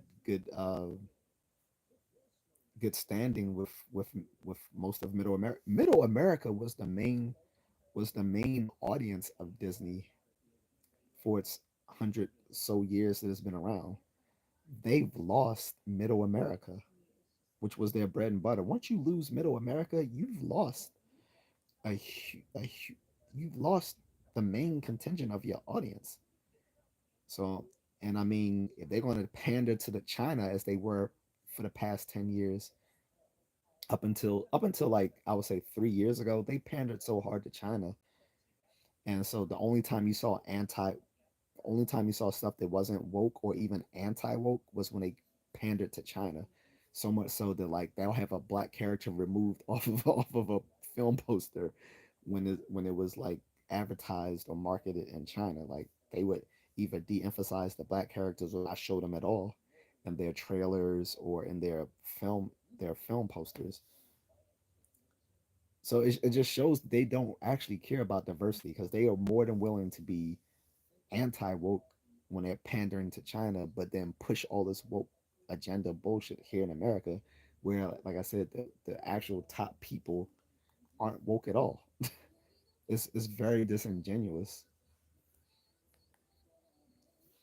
Um, Crispy Bacon says they spent too much on Snow White with no dwarves. No, they have dwarves. You haven't seen the trailer yet, have you? Crispy, go after you leave here.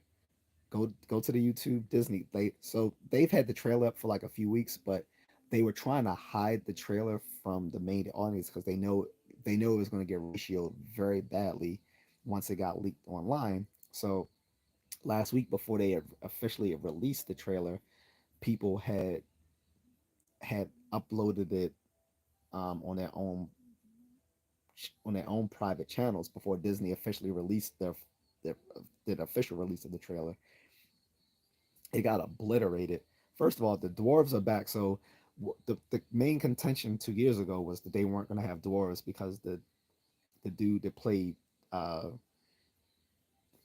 the dwarf on Game of Thrones said that in today's society it was culturally insensitive to have dwarves projected in that way in Snow White and the Seven Dwarfs. I'm like, wait, what are you talking about? How is that racially insensitive? First of all, being a little person, that's the politically correct term, little person. Being a little person, um, I'm talking about Peter Dingle here. I think that's his name. You know how limited roles there are for people of your stature and suffering from dwarfism. So why would you deny the possibility of other people of your own disability to get roles in Hollywood that you've been blessed with because you have your own issues with Snow White and the Seven Dwarfs. So they did, at first they weren't going to use dwarves at all.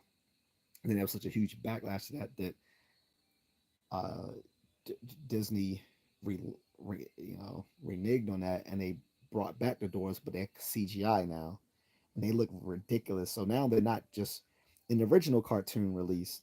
The dwarves were just regular people who had dwarfism, right? But now they're magical dwarves in this retelling, and they're all CGI, and they look cringy as fuck.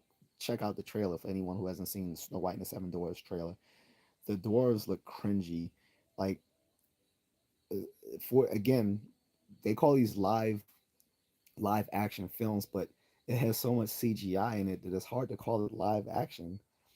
Like all the animals are CGI, the dwarves are CGI. When the when the wicked stepmother turns into the old witch, she becomes CGI. Like, why are you making her a CGI witch? It just looks so hard. It looks like a cheap video game. You'll see. Check out the trailer. But the dwarves are back in it. It just looks horrible. Agus says, drink some water, please. Drink water.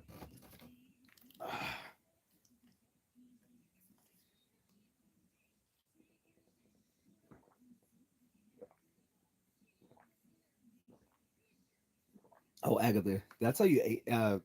The chick Asia Ramsey sent me. So she did email me, by the way. She was like, "This wasn't in your description." I was like, "Yes, it was.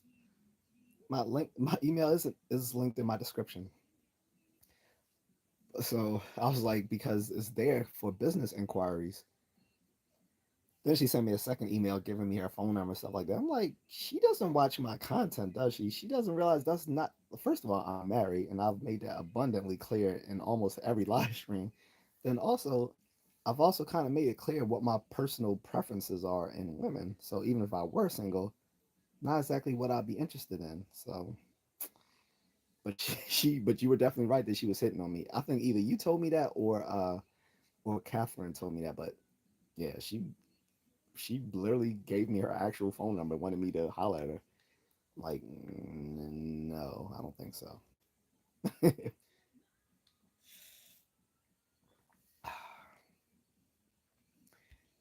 She was talking about me, Crispy. Camilo says, when God said, let there be light, were you out of the town, man?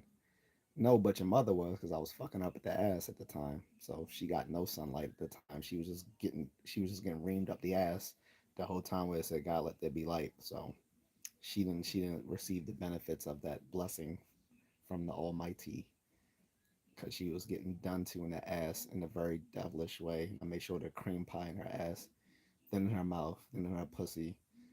But I'm not your father because the monkey beat me up the stairs before I had a chance. So you can blame him.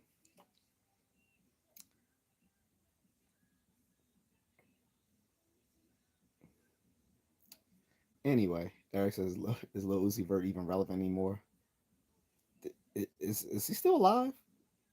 Is he the one that went to jail? I can't keep up with these little Gen Z rappers. They all look the same. They all got the same little retarded braids. They look like buckwheat, buckwheat with tattoos. I don't even know. Or is Lil Uzi Vert the one that puts on dresses? Again, that's a couple of these rappers today. Like, definitely not my generation. Our generation would clown the fuck out of these modern day rappers who are a bunch of junkies. And not that it's much better, but my generation were the drug dealers. These generation rappers are the drug users. They're the junkies. Like, we were like, both are problematic, but I'm sorry, the dealers were cooler than the junkies. These guys look and act and sound like junkies when they rap, like wearing dresses, kissing each other, looking like buckwheat on steroids. What part of the game is that? Anyway, Crispy says, I spent a lot of my life climbing mountains. Some parts of the world are just amazing. I'm not a mountain climber. My wife is. Crispy, if you get a chance, I know I'm asking you a lot of stuff because but I was saying first, check out the Snow White and the Seven Dwarves trailer. You're gonna, you're gonna, trust me, you're not gonna like it. But also, if you get a chance, look into my old catalog of videos. And my wife is a mountaineer. Well, yeah, she is a mountaineer. Like, she mostly likes to hike, but she goes climbing within her hikes too. So she's a certified mountaineer now because she climbed the highest mountain in the Philippines, Mount Apo, and she doesn't even work out. I'm like, because I was like, baby, how are you like climbing mountains and stuff? I was like, I literally like run long distance every day. And then, I'm like, I'm considerably in better shape than you. I was like, you're climbing mountains and you don't even work out. I was like, how do you do that? I was like, does that mean I can do it? She was like, maybe not. I'm like, damn, okay. But no, she has a, so she's a certified mountaineer because she climbed Mount Apo, the highest mountain in the Philippines. So next time I have her on the live stream, you can ask her some questions. Like she might put you on to some Philippine uh locations you might want to visit to go climbing, like Mount Alpo.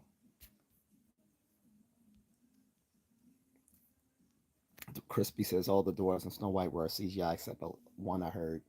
No, I think all seven of them are CGI. All of them, like Sleepy, Dopey, uh, whatever. Like they're all. I don't even know if they had the original names of the dwarves from the original movie, but they're all CGI. Like it's a lot of CGI in that movie for no reason. It just makes the movie look really cheap. It looks like it looks like a lot of the CGI were reshoots. Honestly, that's what it looks like. There's probably a lot of CGI because they did reshoots. Crispy says, "Was she white as snow?" Definitely not. She wasn't even prettier than the queen. Like the queen is played by Gal Gadot, who's objectively prettier than that bitch's name who plays Snow White, who's now a Latina Snow White. First of all, again, I, people always say, what does it matter? Because these aren't real people anyway. These are just fantasy characters. Okay, but you don't. Like, here's the thing: you can't harp over cultural diversity, and then at the same and in the same breath, tell people not to care about historical realism. Like you can't do both. Like if you're gonna pander to cultural diversity, then you should also pander to historical relevance as well. Like if a movie is set in medieval Germany, why is there a why is there a mixed Latina girl in medieval Europe? The woodsman who saves her is now a black man.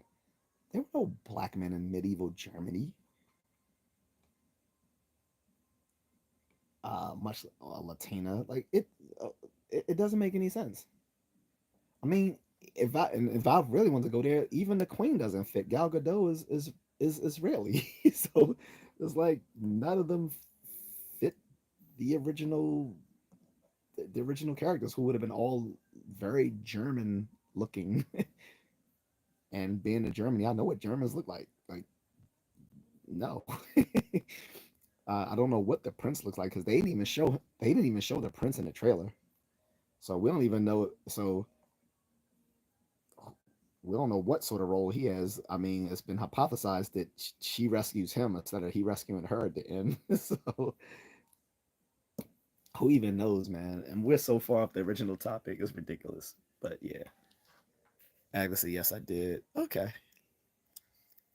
Crispy says, everyone give a like for this guy actually telling the truth. Thank you. Appreciate it. Alex says, what time is it there? It is. I know it's late. It's, oh my God, it's 1:18. I didn't know it was that late. Guys, I cannot stay on too long. I did not realize it was so late. I apologize, but I won't stay on for too long. He said, "Let's do a white Black Panther." Exactly, Alex.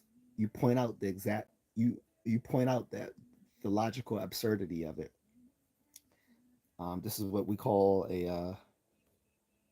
um, argument to absurdity, or the a reductio argument, a reductio ab absurdum argument, argument that reduces to the absurdity or logical contradiction. If people were so, this is how you know cultural diversity is bullshit, right? If they really cared about cultural diversity, why is it only one way? When characters are race swapped, why always race swap from white to non-white? We never see non-white characters switch to white characters, do we? We don't see a white Black Panther, do we? No. When they are gender swap, they always gender swap from male to female. When do we see? We rarely ever see gender swap from female to male, do we? We always see it going from male to female and from white to non-white. We never see the arrow being reversed.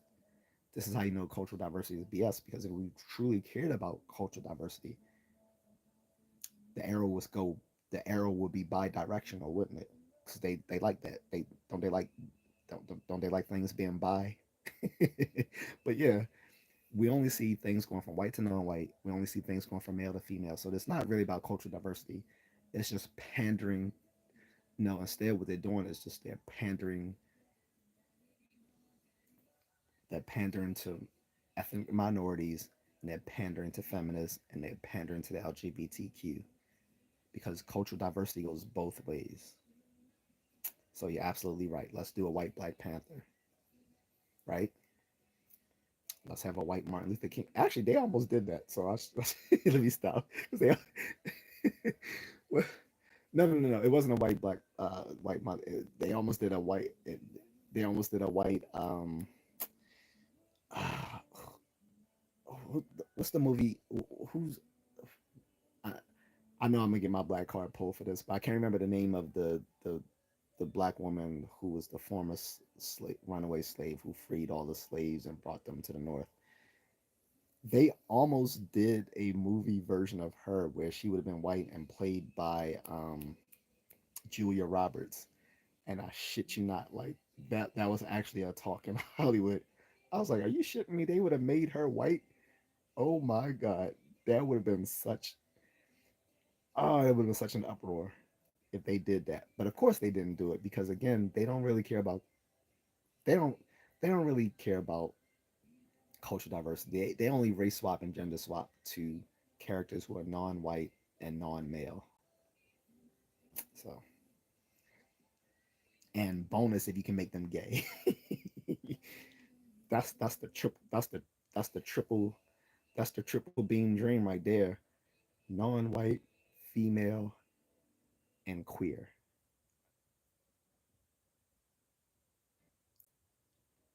You say that Disney will if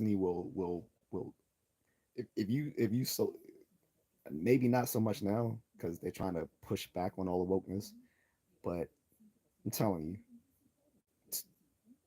you, 2 years ago, or maybe even last year, if you offered some sort of idea, if you could repurpose an old IP and make the main character non-white, female, and queer,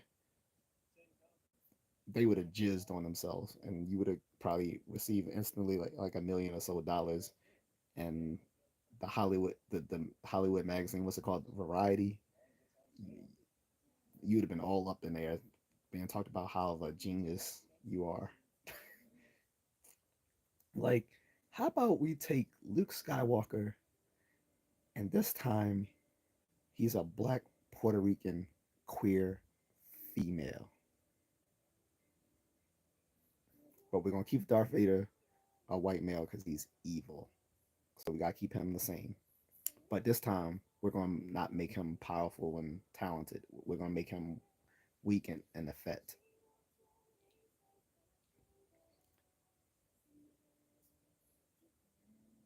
Palpatine, he's not gonna just be this evil Sith Lord. He's gonna be a full on Nazi with a swastika on his head.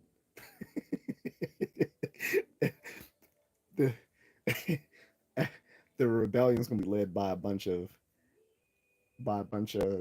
queer non-binary animals. The Jedi the Jedi are gonna be made up of witches. Kind of sounds like Ahsoka doesn't. I mean, kind of sounds like the Acolyte, doesn't it? But anyway, you get what I think you guys get it. Crispy says OG rappers were pimps. These rappers are now simps. Or there was some simps back in the day too. The difference is again, we were just cooler and we weren't the junkies. We talked about dealing drugs, and unfortunately, the kids today are the recipients of that. Agatha says, "Good night, everyone." Good night, Agatha. Thank you for moderating. Once you leave, it's time for me to go too because there's gonna be too many trolls that I can't control. Crispy says, "That's awesome. My brother-in-law is from the Philippines. Congrats to her." Thank you. I'll let her know. Yeah, man. If you like climbing, d- definitely look into the Philippines. There's a whole bunch of there's so much to do in the Philippines besides just go to Angeles City for whores or go to Manila City. Too many too many of my passport bros waste their time in the Philippines going to Angeles City, going to Subic Bay, going to Manila for easy women when there's like thousands of islands to visit that look tropical paradises. So if you like beaches, they got beaches. If you want to climb mountains, they got mountains to climb. Um, if you like going diving and snorkeling, they got a lot of coastal areas to explore.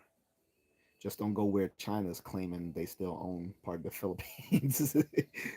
But other than that, you're all good. Like I would definitely invest in going there if you can, Crispy. Cal Blazes, did you vote red? Not that it's at all relevant to this topic, but yeah, I did. I'm gonna end this. Harriet, tell me yes. Thank you, Eric. But yeah, I don't know if you remember that, Eric. They originally there was an actual because I thought this was bullshit, but it got leaked that there actually had been consideration in Hollywood at the time. So remember, they made a Harriet Tubman movie 4 years ago. They used this African woman, and instead, I hated how they portrayed Harriet Tubman. Uh, they had her being chased by a black man, which is just fucked up for so many reasons because first of all, it's not even historically accurate. There was no black slave catcher trying to catch Harriet Tubman in real life. Two, it just plays on a whole gender war between black men and black women. Three, the actress herself made really disparaging remarks about black Americans because she's herself not black American but African. And four, again, before that they did that movie, there was talk originally of making Harriet Tubman white and using Julia Roberts to play her, which would have been just insane as fuck.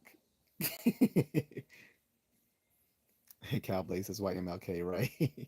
White Malcolm X. How about a black Hitler? Man, I don't, you know what? That would offend that would offend so many people. I don't know, like that. I think that would, Eric. I think that would universally piss off everyone. It would it would piss off Jewish people. It would piss off Germans. It would piss off black people. It man, could you? Did you know that in the original Mulan live action film, they were gonna they wanted to make her co-star white, and people was like, there was no white person in Mulan. Like the story comes from an ancient, like a old Chinese, uh, s- uh, folklore. There's like there were no white people in China at the time because they were trying to make him like an explorer that came in like I don't know the 15 to 1600s something like that. But that got people were so mad at that got written out the script that they were gonna have a white co-star to in Milan, the live action version of Milan. So, Crispy says, I think most people now just don't care about race. We care about content. You would think so, but no. Half the country still cares about super cares. This is why the election, the presidential election last month was so contentious because half the country cares more about identity politics than they do about policies. Well, I won't say half the country, but a huge contingent of the country cares more about identity politics than policies. So, Crispy says, I climb, I dive, I paraglide, no interest in easy women. Yeah, so you would probably avoid Angeles City and Subic Bay. Um, like I said, Philippines has something for everyone. If you just want cheap sex, there's plenty of it. But if you actually want to explore, meet the friends, people who are every year voted as some of the most friendly people on the face of the planet, Philippines is your place. Like I said, it's places to climb. Like, I mean, it's not like climbing like Mount Everest or anything like that, but you have challenging places to go climb. They have beaches, um, resorts. If you want to check out resorts, places to go hike, you can go. You can visit the indigenous people of the Philippines who are actually black people, called Negritos. Well, the locals refer to them as the Aita, AETA. You can see videos of them on here on YouTube, and I am planning on going to visit a village when I go back as well. My wife and I will put it on my channel when I go visit as well. But yeah, the indigenous people in the Philippines are the Aita. Actually, there's three different indigenous peoples in the Philippines. They're all black people referred to as Negritos. There's the northern Negritos, the southern Negritos. Then there's another group, starts with a W. I can't remember the name, but they're all like diminutive black people referred to as Negritos. And there's Negritos in also parts of Indonesia, Malaysia, southern parts of Thailand, Vietnam, and Cambodia. So, Crispy says, if you ever need a temporary mod, let me know. Kick me off the next day. Just trying to help. Appreciate it. If I do, I'll definitely let you know, man. uh,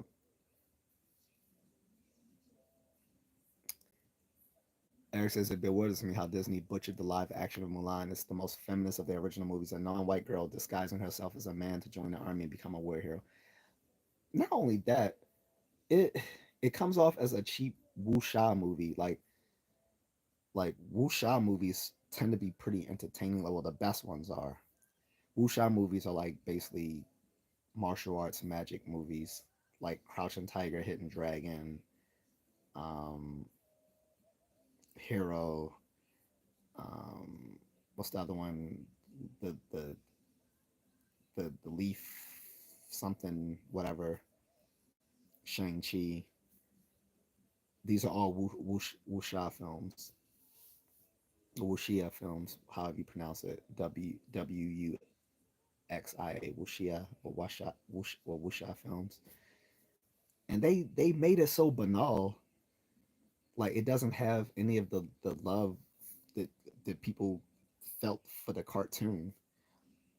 On top of that, and here's the worst thing: they filmed it in the Xinjiang province, the province where they, you know, have turned the local people into, they put them in concentration camps and done very cruel things to them. It's like you decided to film that in the Xinjiang province.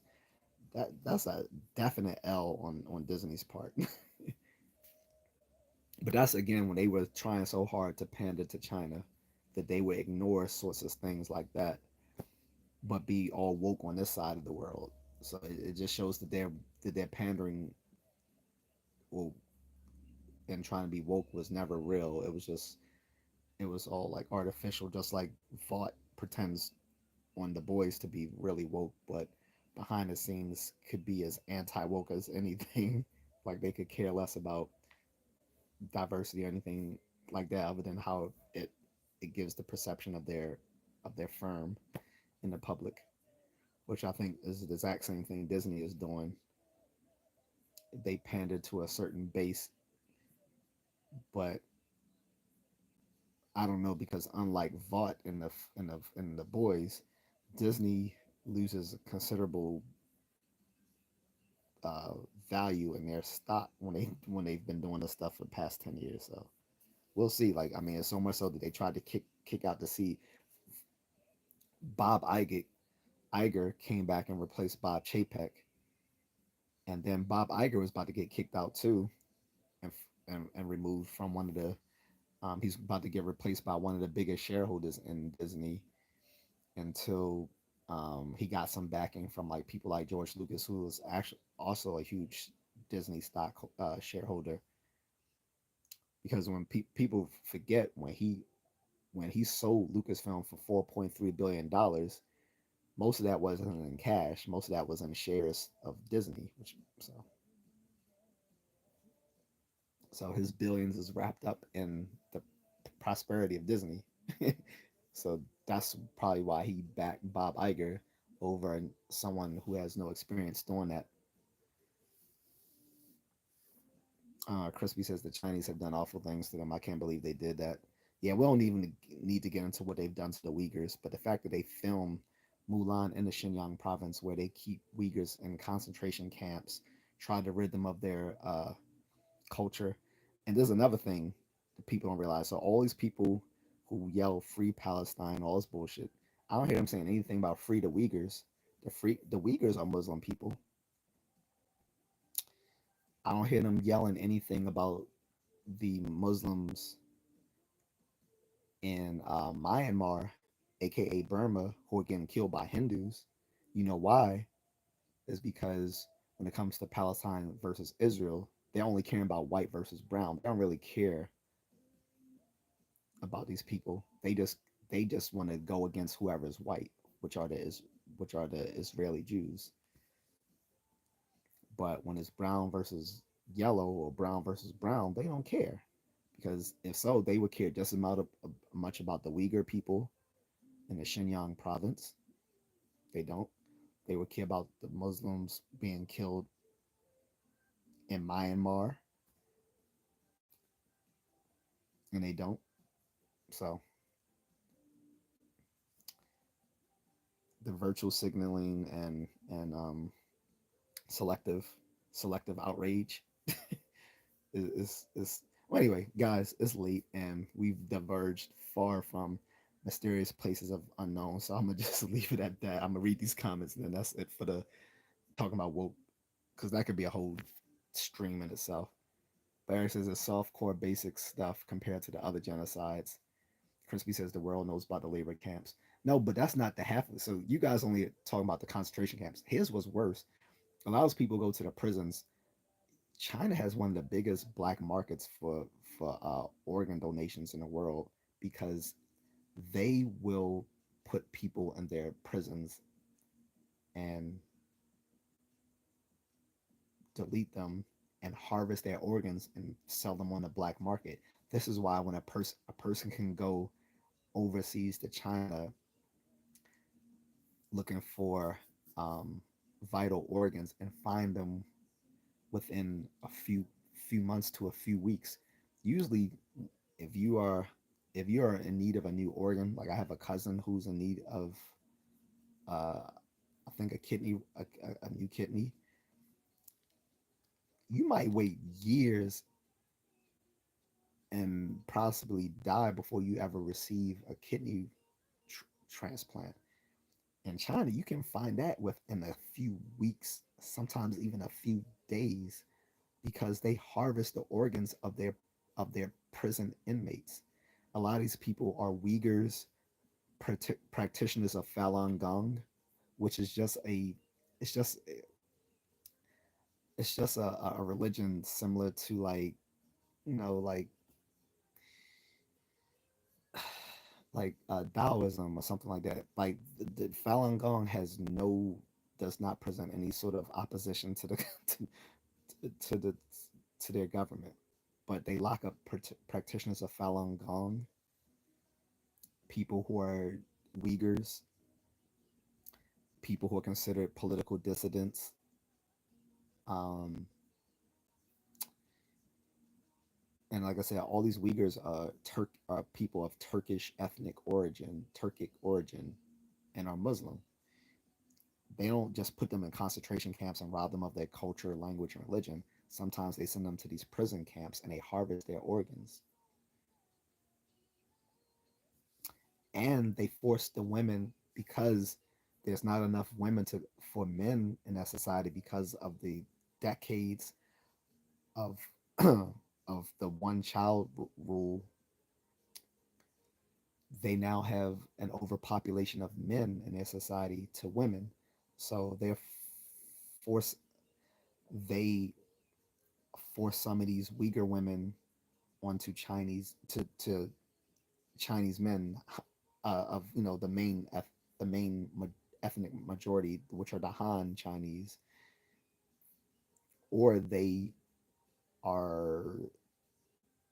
I shouldn't be saying this on my YouTube because Google is you, oh god, YouTube is not going to monetize me for saying all this stuff against China. But fuck. But anyway, and they they've been known to sexually enslave Southeast Asians from nearby nations to China. So nearby nations of China, like Mongolia, Vietnam, and Cambodia, and some of these people have been turned into sex slaves. But I don't want to keep going to that because I'm gonna get demonetized. I'm serious. Like YouTube does not like that. So I'm gonna end this here. So I'm gonna get back to. I just want to recapitulate what I was saying about mysterious places of the unknown. And like I said, we all talked about so many places, both real and fictional. So real places like the Great Pyramid of Giza has been seen as a mysterious place of unknown. The Bermuda Triangle, which isn't an actual triangle, but covers a geographic location between the Bermuda and the Bahamas within the Caribbean, where supposedly a lot of aircraft was lost, a lot of sea vessels. Um, Places like the relics of the Incan civilization in Machu Picchu, or the Mayan temples in Central America and Mexico. Um,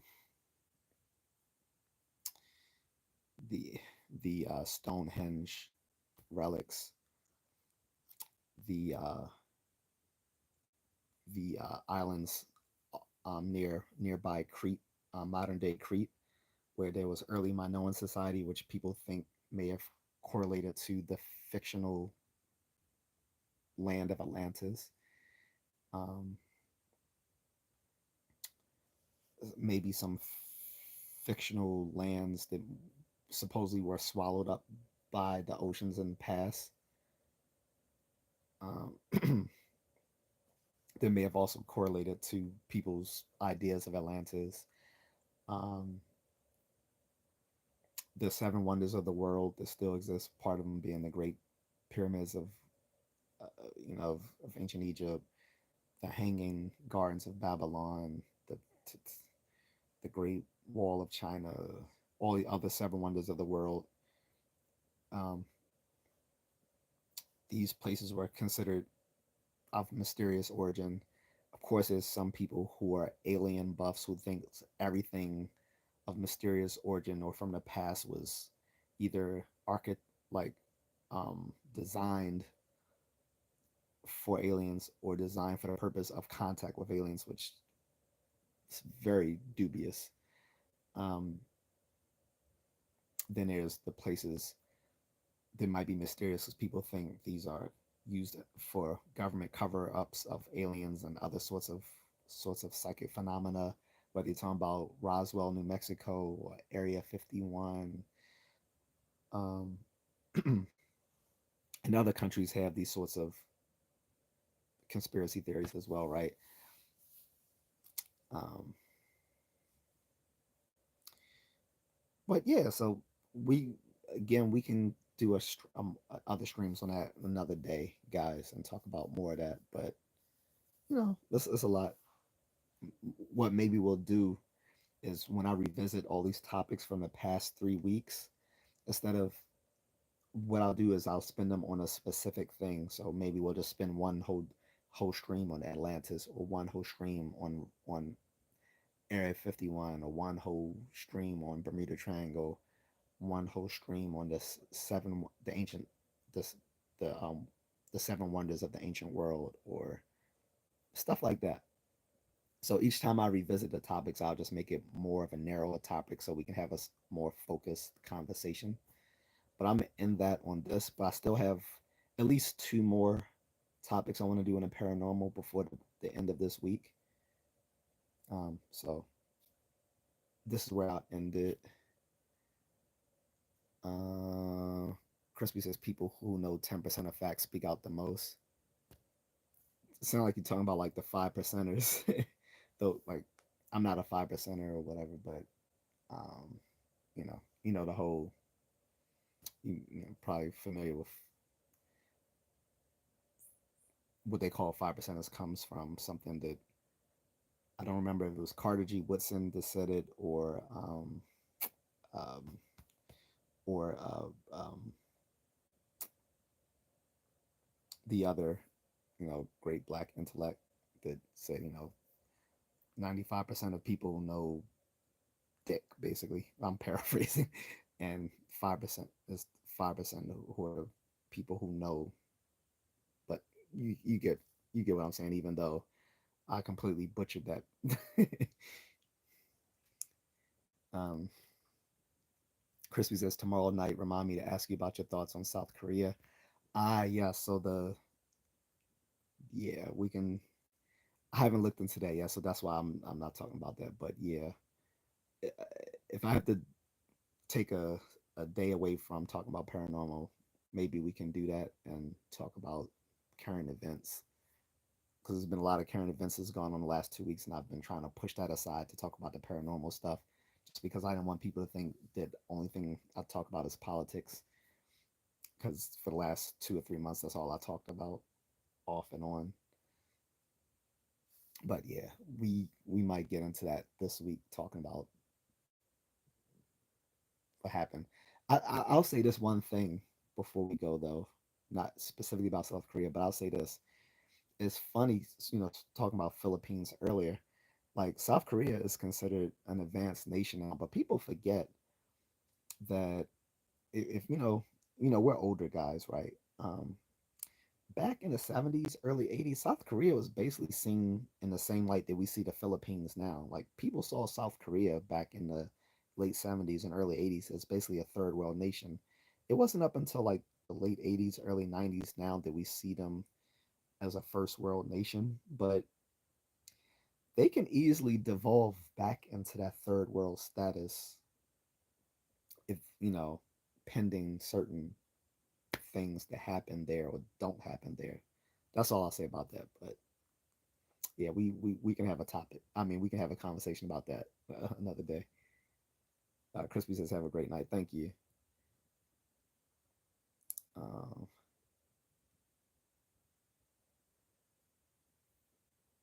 but all right, guys, I'm out. Thanks, Crispy.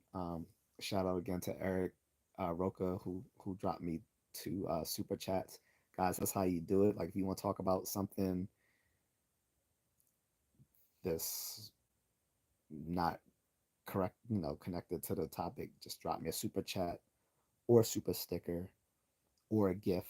The gift is a new thing they have, where if you drop a gift, it'll actually do some sort of there's a little selection of animated gifs that you can do. I think they did that on purpose, that the gifs are also animated gifs. Because I think some people pronounce it gifts, some pronounce it gifs, as I said early in the stream. But you can buy me one of those as a gift to your content creator, and it'll display some little animated thing on the screen for everyone to see in vertical live streams like this. But they're called gems, so I think shows up differently in a PC live stream than a vertical live stream. But on a vertical live stream, they call it gifts that you can send me, but they are in the shape of gems. Um, so there you go. Or just give me a like, subscribe, share. Appreciate it a lot. Um, so you can also show support through a super thanks if you're watching this on replay, guys, or you can sign up for a membership. Starts at $2.99, or you can go to the links in my description and send me a cash app or buy me a coffee. Okay. And there's other things on the links in the description too. I just don't want to name them all off, like Venmo and Patreon and all that sort of stuff. But all of that's in my links in my description. And you can reach out to me um, off stream too. So if you want to reach out to me when I'm not streaming, email, IG, Facebook. All right, but that's it. Um, that's it. And I'm ignoring a certain person in the screen because he's saying complete dumb shit. And I, I'm pretty sure Crispy realized I'm ignoring that other person because he sounds like a complete moron. Um, but at least Crispy responded to him. I wasn't going to do so. I appreciate it, guys. Crispy, holler at you tomorrow. Same bat time, same bat channel. Peace out. Thanks.